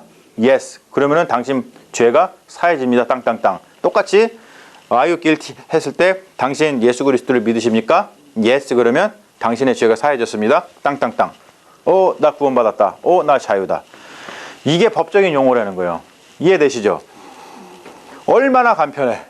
그냥 너 guilty 했을 때 yes. 그리고 너 예수 믿어? yes. 그러면은 오케이. 땅땅땅. 얼마나 쉬워요. 얼마나 쉬워. 그러다 보니까 이 기독교의 어떠한 그 신앙의 이 형태가 굉장히 사실은 은혜로운 것 같고 굉장히 좋지만 이 뭐가 결여되냐면 이게 결여됩니다.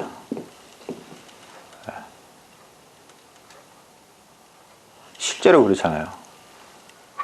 실제로 그렇잖아요. 우리 세월호 사건 보세요. 세월호 사건. 정부에서 보상을 해줬어요. 그러면 사람들 어떻게 생각합니까? 야, 너 보상 받았잖아. 그러면 땡이야 임마. 땅땅땅. 그러면 더 이상 얘기하지 마. 근데 제가 거기에 대해서 글을 썼잖아요. 그만 말하라고 말하는 사람이 가장 나쁜 사람이다. 네. 그런 거예요, 여러분.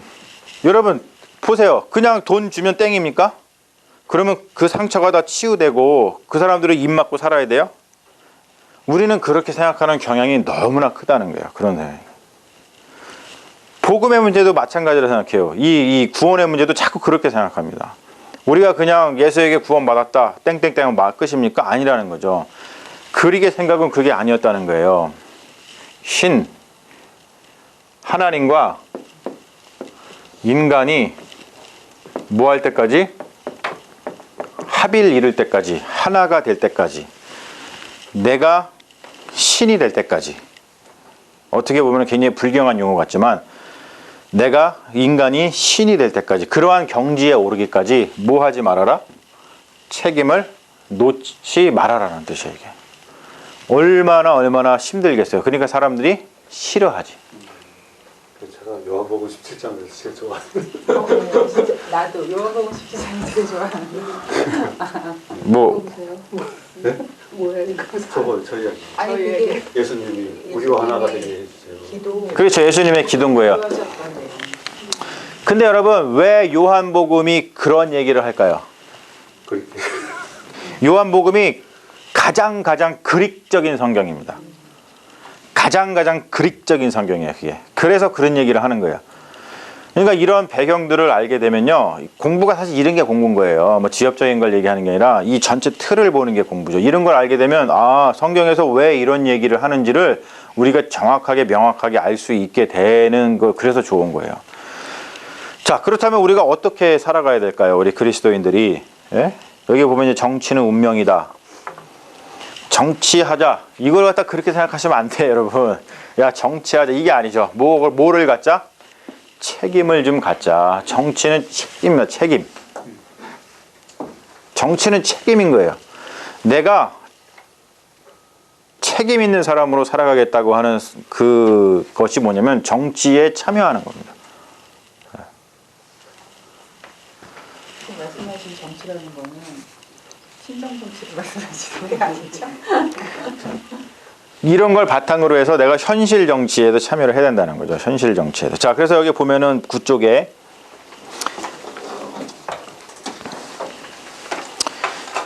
책임을 지고자 하는 편, 구 쪽 보이시죠? 구 쪽에 제 큰 글씨로 써놨어요. 책임을 지고자 하는 편, 그리고 무관심한 편이 있어요. 여러분들은 어떻게 살아가시겠습니까? 책임을 지고 살아가시겠습니까? 무관심한 편. 무관심하게 살아가시겠습니까? 되게 중요한 거죠. 자, 그래서 이거를 통해서 이제 뭘 얘기하냐면 10쪽으로 넘어가 보면 이제 칸트의 철학을 비판을 하는데요. 칸트 철학을 비판하는 이유가 있습니다. 여기서 이제 칸트 철학을 좀 우리가 알면 사실 이제 좋은데, 칸트는 자유에 대해서 엄청나게 이야기를 해요. 그런데 우리의 자유의 영역, 이것이 이제 어떤 인간의 고유 영역이라고 생각하거든요.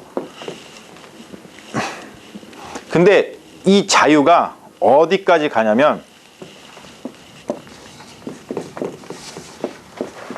무관심까지 가는 거예요. 무관심. 그러니까 요즘에 젊은이들이 나는 관심 없어 그러면서 하는 말이 있죠. 뭐라 그러죠? 내 자유야. 네. 자유를 그렇게 표현합니다. 요즘엔 무관심한 것까지도 자유인 거예요. 네. 그런데 그거가 칸트 철학을 계속 밀고 나가서 지금 포스트 모더니즘의 생각을 가진, 그러니까 데리다라든지 들레즈라든지 뭐 여기 나온 리오타르라든지 뭐 이런 그 현대 포스트 모던 그 철학자들이 있는데요. 그 사람들이 생각을 가져온 그 원류가 헤겔, 제일 중요한 거는 이 칸트, 그리고 또 중요한 거는 니체라고 하는 사람이에요. 그런 사람들한테 철학을 빌려와서 포스트 모더니즘을 발달을 시키거든요. 그래서 결국에는 자유를 막 끝까지 밀고 나가거든요. 끝까지 막 밀고 나가. 인간이 어디까지 자유로울 수 있을지 끝까지 밀고 나가는 거예요. 그래서 이 자유를 얻기 위해서 해방이 필요한 거죠. 그래서 아까 제가 얘기한 해방이 쭉쭉쭉 나와가지고 뭐 동물 뭐 여기까지 해가지고 다 나온다 그랬어요. 그런데 이거의 부작용이 뭐냐면 일로 간다는 거야. 무관심으로. 그래서 필연의 영역과 필연은 자연계예요. 자연계. 자연환경은 필연이잖아요. 그냥 그렇게 될 수밖에 없어요. 우리가 어떻게 손댈 수 있다고 되는 게 아니에요. 그런데 인간의 영역이 자유의 영역이거든요. 이렇게 나누어 놓은 칸트의 철학을 비판하는 거예요. 더 이상 이렇게 나누어서 생각할 수 없다는 거예요. 왜냐? 필연의 영역인 자연이 이제는 우리의 자유의 영역을 어떻게 하니까? 철저하게 제한하기 때문에 그렇습니다. 우리가 마음대로 우리가 무관심한 것도 내 자유야 이렇게 얘기할 수 없다는 거예요. 이해되시죠? 이게 인류사의 지금 책의 가장 중요한 핵심 그 철학적 그 크리티시즘의 하나입니다. 우리가 상당히 칸트의 철학의 지배를 받고 살아요. 지금 다 자유. 제가 얼마 전에도 설교 통해 가지고 행복한 교회라는 제목으로다가 설교할 때 우리가 행복하려면은 요즘 시대의 사람들은 뭐가 필요하다 그랬어요? 자유감. 그렇죠? 심리적 자유감이 중요하다 그랬잖아요. 그래서 여러분, 내가 여러분들한테 자유를 드린다 그랬잖아. 여러분들이 뭐 교회를 나오시든 안 하든 성역 공부를 하든 안 하든 내가 따라가 가지고 뭐 벼락을 맞을 겁니다. 뭐 이런 나쁜 소리 해가면서 하지는 않고 여러분들이 알아서 하십시오. 내가 이렇게 여러분들의 심리적인 자유와 모든 걸 다 보장해 드린다 라고 얘기를 했지만 사실은 그렇게 해야지만 요즘 사람들이 행복하다고 느낍니다만 여기서 이야기하는 건 뭐냐면 그러한 시대는 이제 끝났다라고 하는 거예요. 그런 시대 끝났어요, 여러분. 예. 그러니까 열심히 교회 나오세요. 그런 시대 끝났어요. 예. 우리가 신앙을 잘 가져야지 이걸 극복할 수 있다는 거예요, 지금. 예. 이거를 알아야 돼요, 이거를. 이 컨셉을 우리가 가져야 됩니다. 왜 칸트 철학을 이 사람이 비판하고 있는지, 그리고 우리가 지금 칸트 철학으로다가 밀고 나온 포스트 모던 세계에 살고 있다 보니까 너무 자유를 무분별하게 쓰게 된 거예요. 그러다 보니까 그것이 어디까지 가냐면 무관심까지 간 거예요. 무관심. 자유의 제일 끝이 무관심인데 제일 안 좋은 거, 이게 제일 안 좋은 거예요, 여러분. 왜냐? 더 이상 그럴 수 없다는 거예요. 옛날에는 그래도 됐어. 왜냐? 자연이 내가 무관심해도 별로 나한테 영향을 미치지 않았기 때문에. 그런데 그런 시대가 아니라는 거예요. 제가 계속 주장하는 거를 여러분들, 제가 지금 가슴 절절히 여러분들한테 전하고 있는 것처럼 여러분들도 좀 느껴주시기를 바랍니다. 예. 왜냐면 이거를 알아야지만, 아 그래, 내가 이렇게 생각하면 안 돼. 난 더 이상 이렇게 생각하는 시대에 살고 있지 않아. 이거를 깨달아야지만, 내가 생각을 바꿔야지만 행동이 바뀔 수 있기 때문에 그렇습니다. 여기에 유일한 희망을 걸어보는 거예요, 지금 이 사람이. 왜냐? 인간의 이성이 자기가 가지고 있는 자유를 책임을 지는 데까지 갈 수 있으려면 자기 생각을 바꿔야 된다는 거야. 지금 우리는 그런 시대에 살고 있지 않아. 너 정신 차려. 정신 차려, 이 친구야. 이 노래가 저절로 나오듯이. 우리는 그런 시대에 살고 있지 않아요. 정신 차려야 된다는 거예요. 무관심할 수 없다는 거예요. 무관심하면 안 됩니다, 여러분. 예? 제일 힘든 게 사실 무관심 아니에요, 무관심. 예? 관심을 좀 가지세요, 관심을. 도대체 어디다 관심을 두고 사십니까, 여러분? 갑자기 여러분들을 막 채근하게 됐는데, 예? 먹고 다니죠. 먹고 다니죠. 먹고 다니죠. 어? 오늘은 뭐 해 먹을까? 바쁘다 이런 거. 요즘 젊은 애들 인스타그램 하잖아요. 요즘에 페이스북도 안 해요. 요즘 젊은 애들은요 다 인스타그램 합니다. 왜 그런지 아세요? 거기다는 글을 몇 글도 안 써도 되고요. 그리고 트위터를 되게 좋아합니다. 페이스북보다. 저는 글을 많이 쓰니까 페이스북을 좋아하는데 인스타그램하고 뭐 그 트위터는 성에 안 차. 글을 써야 되는데 글을 트위터가 원래 15자 쓰면은 못 쓰게끔 원래 돼 있었잖아요. 근데 지금은 250자인가를 늘렸죠. 140자. 그죠? 140자였었는데 250자를 늘려준 거예요. 원래 140자 이상 못 쓰게 돼 있어. 원래. 그리고 그 인스타그램은 주로 사진. 그리고 블로그도요. 제가 블로그를 하니까 알지만 블로그 그 템플릿이 있잖아요. 템플릿 들어가 보면은 나처럼 글 많이 쓰는 사람한테 어울리는 템플릿을 찾는 게 되게 힘들어요. 다 사진. 그리고 글 몇 자 적는 거에 맞춰갖고 템플릿이 대부분 구성이 되어 있습니다. 대부분 그 이제 블로그를 그 제공하는 프로바이더 그 컴퍼니에서. 네. 그래서 인스타그램을 하는 젊은 애들 보면요 다 사진인데 무슨 사진인지 아세요? 대부분 먹는 사진. 다 먹는 사진. 다 먹는 사진.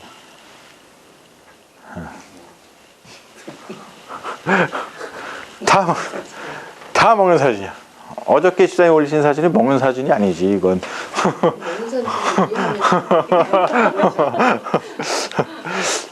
다 먹는 사진이란 말이야 이게 다. 무관심한 거야. 아무것도 안 하는 사람이 무관심한 거 아니야. 아무것도 안 하는 거야. 이게 좀 그렇습니다. 세상이 그래요.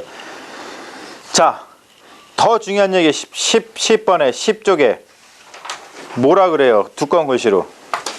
책임만으로는 충분하지 않다. 그래서 무관심하다. 자, 11쪽에 보면은 아주 절망적인 이야기가 나와요.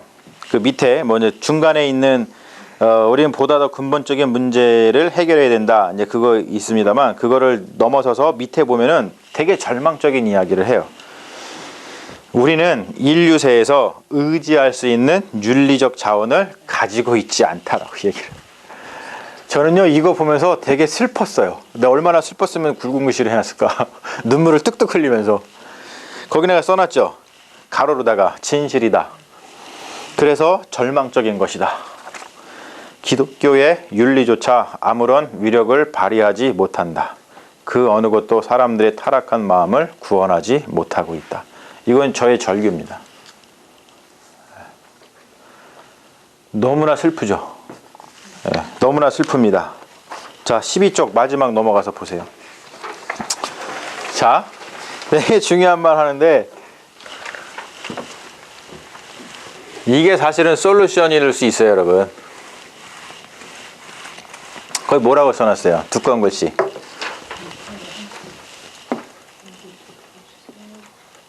자, 뭐라고 써놨어요?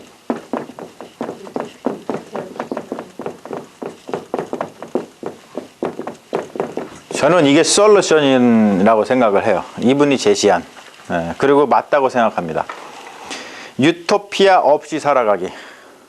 우리는요, 굉장히 이거를 굉장히 바랍니다. 자, 이거를 기독교적인 용어로 뭐라 그래요?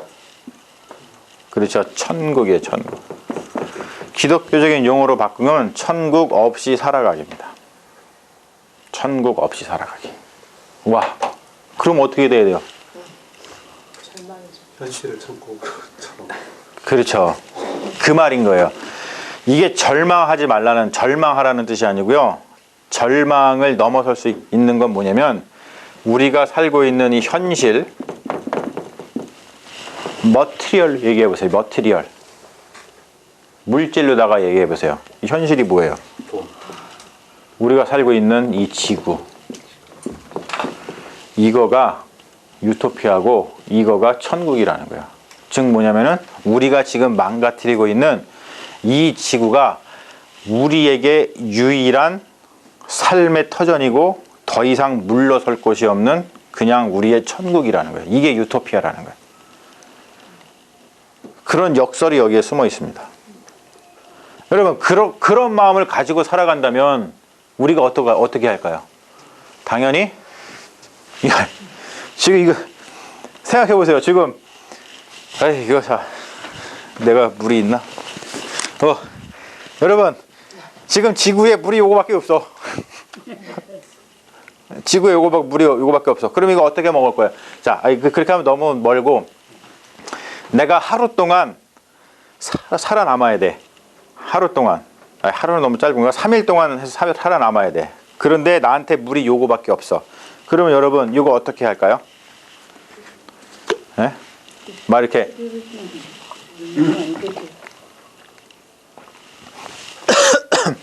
이렇게 먹을까요?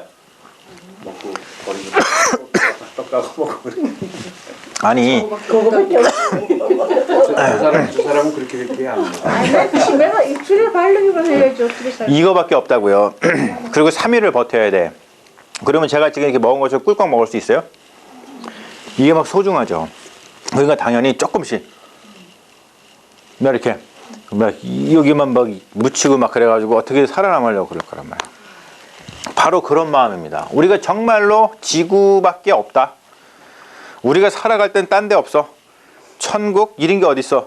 그냥 지구가 우리의 천국이야. 이러한 생각, 유토피아 없이 우리가 살아간다면 우리가 딛고 있는 이 땅을 우리가 어떻게 생각할까요? 정말로 소중하게 생각할 수밖에 없는 거예요. 이건. 네. 저는요 이 생각을 다 우리가 우리 삶 속에서 가지고 살아가야 된다고 생각을 해요. 이게 우리의 뭐 가정도 그렇고 우리의 교회도 그렇고. 교회도 여러분 이 지구상에는요 세화교회 하나밖에 없는 거예요. 그렇게 살아가야지 신앙생활이 재밌습니다. 아니 실제로 그래요, 여러분. 뭐 그냥 세상에 교회 많은데 이렇게 생각하면은 재미없어요. 그래 책임을 지고 살아가죠, 우리가. 저는 그렇게 살아가요, 실제로. 내가 막 우리 교회 막 자랑하고 막 그런 이유가 뭐냐면 그런 거예요. 난 이 지구상에 교회가 우리 교회 하나밖에 없다 생각하거든. 그런 마음을 가져야지만 내가 최선을 다해서 목회할 수 있어요. 그런 것처럼 뭐 이거는 그냥 지엽적인 얘기입니다만 지금 여기서 얘기하는 건 뭐냐면 이 지구밖에 없어. 이 세계, 이 전 우주에 우리가 살 수 있는 건 지구밖에 없어. 지금 그렇잖아요, 실제로. 지금 막 우주선 타고서 지금 어디 가가지고 뭐 새로운 지구를 막 발견하려고 여기서 그거를 갖다가 막 여기서도 비판하거든요. 그렇게 하긴 하지만 지금 발견된 게 없어요. 그렇다면은 이 지구밖에 없는데 어떻게 우리가 살아갈 것인가 되게 중요한 얘기라고 합니다. 그래서 제가 거기 써놨죠. 구약 선지자의 선포 같다. 하나님을 떠난 백성이 저지른 일 써놨죠. 뭐냐면 우리가 유토피아 없이 살아가기, 이걸 통해 가지고 아 그래 내가 여기서 살아가야 돼. 그러고서는 그 어떤 법을 지키면서 살아가야 되는데 옛날 이스라엘 백성도 어떻게 했냐면 하나님밖에 없는 거야. 유일신이라는 게 그거잖아요. 하나님밖에 없어요. 그러면 하나님만 섬겨야 되는데 그들이 가나안 땅에 들어갔더니 무슨 생각을 가졌어요? 오, 신이 하나님만 있는 게 아니네. 우리가 농사를 이제 짓고 살아야 되는데 여기 보니까 이 농사를 잘 짓게 해주는 뭐 바알, 뭐 아세라 이런 신이 있네. 오, 그렇구나. 그러면은 우리가 광야에서 우리를 인도해낸 그 여호와 하나님이라는 분은 그냥 버리고 그냥 우리가 여기에 있는 신을 좀 섬기면서 살아가도 괜찮겠다. 그렇게 하나님을 떠난 거예요. 왜? 다른 신이 있다고 생각하니까. 하나님밖에, 원래 유일신이잖아요, 유대인들은. 그러니까 유일신이면은 그것만 믿고 살아가는데 그렇지 않았다는. 근데 그걸 떠나서 살아가다가 어떻게 됐어요? 다 이 사람들이 망했단 말이에요. 그런 것처럼 이게 구약의 선포 같아요. 하나님을 떠난 백성이 저지른 것 같다는 것이죠. 그래서 여기에 보면은 자 보세요. 두꺼운 글씨를 써놓은 거, 개인적으로 어떤 위로를 주던 간에 신들을 재발견한다고 해서 인류세의 전개와 그로 인한 지구 시스템의 교란을 막지는 못할 것이다. 인류세의 위협에 대한 유일한 대응 방식은 집단적인 방식, 즉 정치를 통하는 것이다. 자, 그런데 이거는 맞는 말이긴 한데요. 저는 신학자의 입장에서 여기에 조금 수정을 가하기를 원합니다. 정치를 하는 건 맞아요. 해야 돼요. 그러니까 집단적으로다가 생각을 바꾸지 않으면 안 돼요. 그러니까 몇 사람만 그냥 바꿔가지고 한다고 해가지고 전혀 이게 바뀌지 않아요. 집단적으로 정치적으로다가 바뀌어야 되는데, 근데 뭐가 먼저 일어나야 되냐면 여기서는 이제 신이 개입한다도 안 된다고 얘기했지만 반드시 이거는 다른 말로 해서 종교적으로 해결해야 됩니다. 이거는 제가 한 말이 아니고요. 누가 한 말이냐면 하버드의 아주 유명한 학자가 있죠. 하비 콕스라고. 여러분 들어보셨죠? 하비 콕스가 한 말입니다. 지금의 이 문제를 해결할 수 있는 건 종교밖에 없다.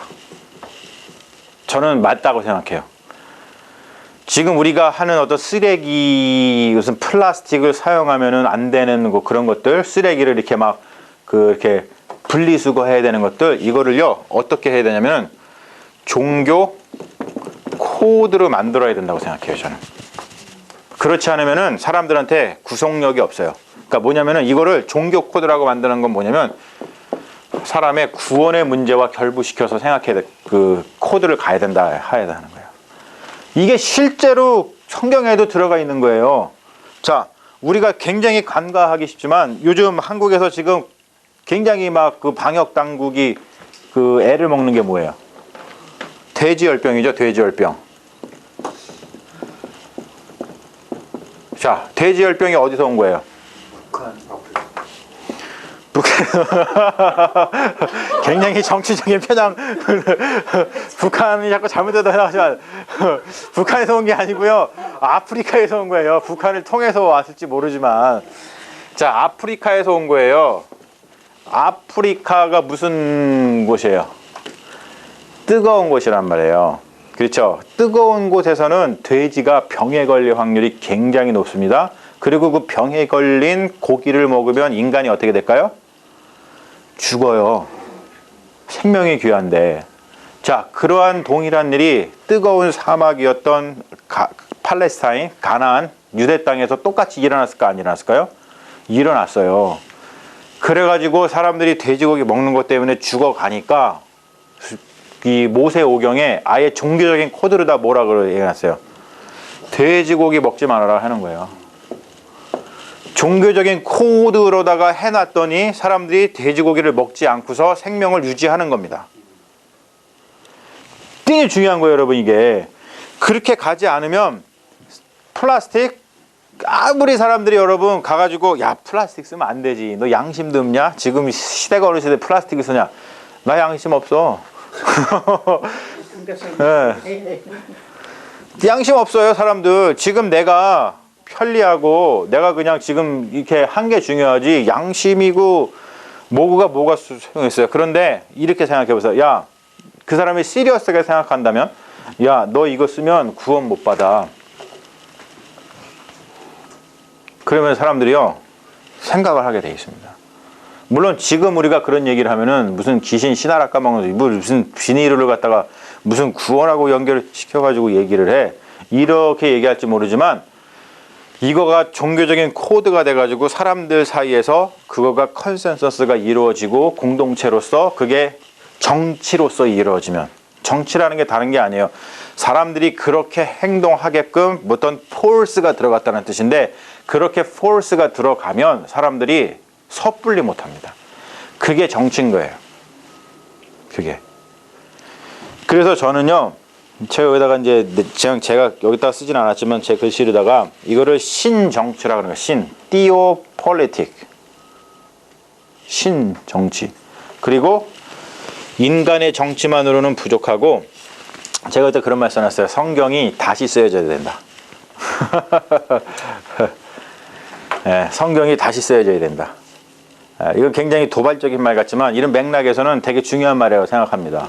지금에 있는 성경으로는 지금 이렇게 우리가 겪고 있는 인류세의 위기를 지금에 있는 성경으로는 역부족인 게 많이 있어요. 근데 이런 거를 종교 코드화 시켜가지고 성경을 다시 써서 우리에게 그런 권위를 똑같이 가질 수 있는 그런 어떤 걸 이룰 수 있다면 그렇게라도 해서 이 문제를 해결하는 것이 중요하다라고 하는 것이죠. 그래서 이거는 종교적으로 해결해야 된다 하는 것이 사실은 지금 이 지구에서 나온 솔루션 중에 가장 현실적인 대안이에요. 네. 현실적인 대안에서는 가장 비현실적인 대안이에요. 그러기도 하죠. 비현실적이지만 가장 사실은 종교가 강력합니다. 종교 외에는 사람의 그런 생각과 마음과 행동을 바꿀 수 있는 게 사실은 없어요. 우리 인간에게는. 그래서 이게 중요하다고 하는 거예요. 어렵지만 그게 그래도 솔루션이 있는 거예요. 이게. 쉬운 건 아니지만 유일하게. 자, 그래서 선생님. 교과서가 바뀌어서 애들한테부터 주입을 시켜야 되지 않나? 그렇죠. 여기도 여기 어디냐? 19쪽 위쪽에 그 얘기 해놨어요. 그쪽 위쪽에 인문학부에서 가르치는 것이 자연과학부에서 새롭게 등장한 지식과 상충하지 않도록 홀로세 시대의 학과목을 재개정하는 과정은 무척 고되고 오랜 시간을 필요로 하는 중대한 작업이 될 것이다. 지금 권사님 얘기하신 것을 이분도 얘기를 하고 있고요. 그래서 제가 거기 가로 쳐놓고 신학과 과학의 지식이 상충하지 않도록 학과목을 재개정하는 작업은 반드시 필요하다. 신학 교육도 바뀌어야 돼요. 지금처럼 막 이런 예전에 배우던 식으로다가 그렇게 배워가지고는 강단에서 선포할 때 그렇게 안 돼. 그러니까 그걸 바꿔야 돼. 그리고 제가 지금 하는 식으로다가 이렇게 해야 돼. 제가 신학교 교수로 가야 되나? 난 고민이야. 그래서 내가 여기다 하나 차리세요. 난 진짜 고민해요. 네. 나는 현장이 너무 좋거든요. 나는 교회가 너무 좋거든요. 그런데 내가 신학교를 가야 되나? 막 이런 생각을 해요. 가끔 실제로다가. 왜냐면은 이런 생각을 가지고 있는 사람들을 찾아보는 게 쉽지 않습니다. 진짜로. 네. 근데 그게 구호로만 끝일 확률이 많잖아요. 과연 그런 큰 제도를 누가 계획하겠어요? 그게 이제 하루아침에 되지는 않겠지만 교육적인 면에서 이제 자식들한테까지 다 내려가는 왜냐면 언어로 그거를 풀이해야 교육할 수 있는 교과 과정을 바꿔야 되는 거죠. 지금 보세요. 지금 우리 애들 학교 다니지만 잉글리시, 매스, 사이언스, 히스토리 끝.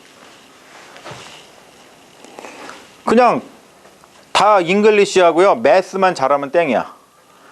윤리, 도덕, 무슨 뭐 이런 거 없어. 이런 과목이 자체가 없어요. 자체가 아예 없어. 그냥 그리고 뮤직하고 뭐 그 PE, 피지컬 에듀케이션, 체육 이런 거지. 전혀 이런 게 없어요. 예. 우선 지금 이게 지금 이제 그냥 갑자기 생각난 게 네. 자칫하면 이게 이제 거의 이게 그냥 가만히 있으면 이제 지구가 멸망한다는 거잖아요. 그러면 이게 여태까지 우리가 믿었던 그 종말론, 오. 종말이 와서 다 이제 믿는 사람은 다 하늘로 올라갈 것이다라는 희망을 가지고 그런 것이 더 지금 이런 교육보다 그런 것이 더 성대해질 것 같다는 느낌이 들거든요. 그게 더 말, 그게 더 오리니까 그럼 어차피 이제 우리는 그렇게 되거든요. 아니 지금 정말로 얘기하니까 들으면 그거 제가 여기다 써놨는데 어디다 써놨더라. 아 여기 참 여기 보면 그러니까 우리가 그 생각하면서 기대했던 것은 이제 천국이 오기를 기다렸는데 결국에는 우리에게 온 거는 지옥이다라고 하는 거예요. 그게 굉장히 절망적인 내용이라는 거죠. 지금은 다 천국 간다고 믿는 거죠 이제 믿는 사람들 그러면.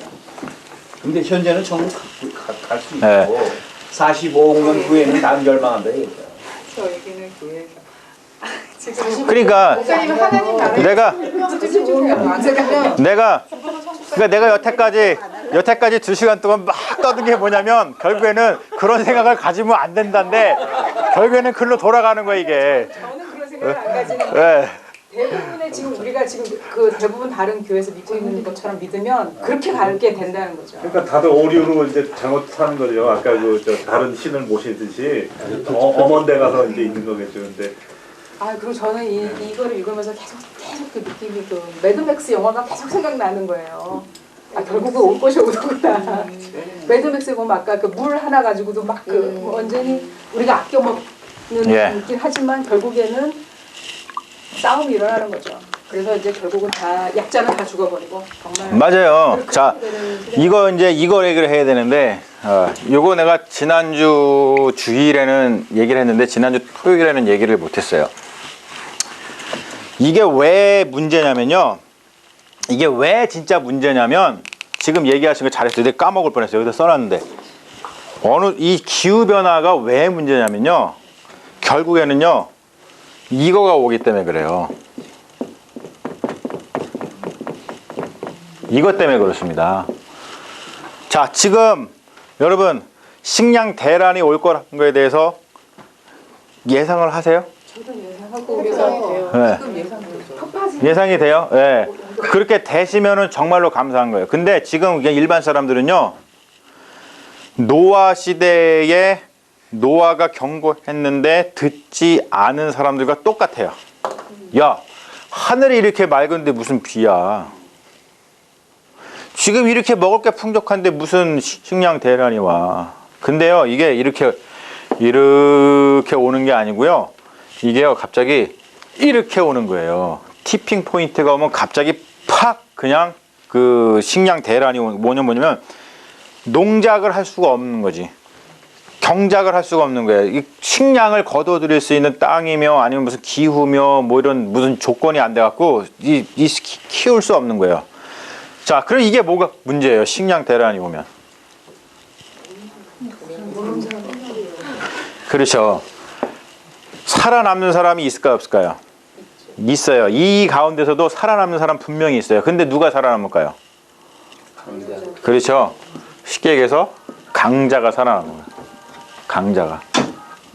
네? 여러분, 이름을 강자로 바꾸세요. 빨리. 장강자, 이강자, 김강자. 우리 교회도 강자 교회로 바꿀까봐. 세워가 아니라 강자로 바꿀까봐 강자 교회. 그래서 다 그냥 강자, 이름이 다 강자로 바꾸는 거지. 그러면 장강자시네요. 그러니까 장강자, 이강자, 정강자 뭐 다 강자만 살아남아요. 누가 고통당해요? 약자. 근데 강자도 사실은 고통을 당하는데 겨우겨우 살아남겠죠.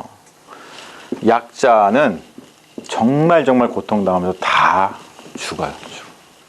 GMO 컴퍼니들이 그래서 저거에 대한 솔루션이 GMO다 계속 그렇게 그렇죠. 그런 티어리를 내는 그렇죠. 거잖아요. 아주 나쁜 엑세트들이 했죠. 아니 그런데 제가 유전공학 하시는 분들이나 생물학자 얘기를 들어보니까 GMO가 우리가 생각하는 것처럼 그런 게 아니라는 거죠. 그러니까 GMO들 사람들이 갖고 있는 경각심이 너무 지나치게 이렇게 됐다는 거죠.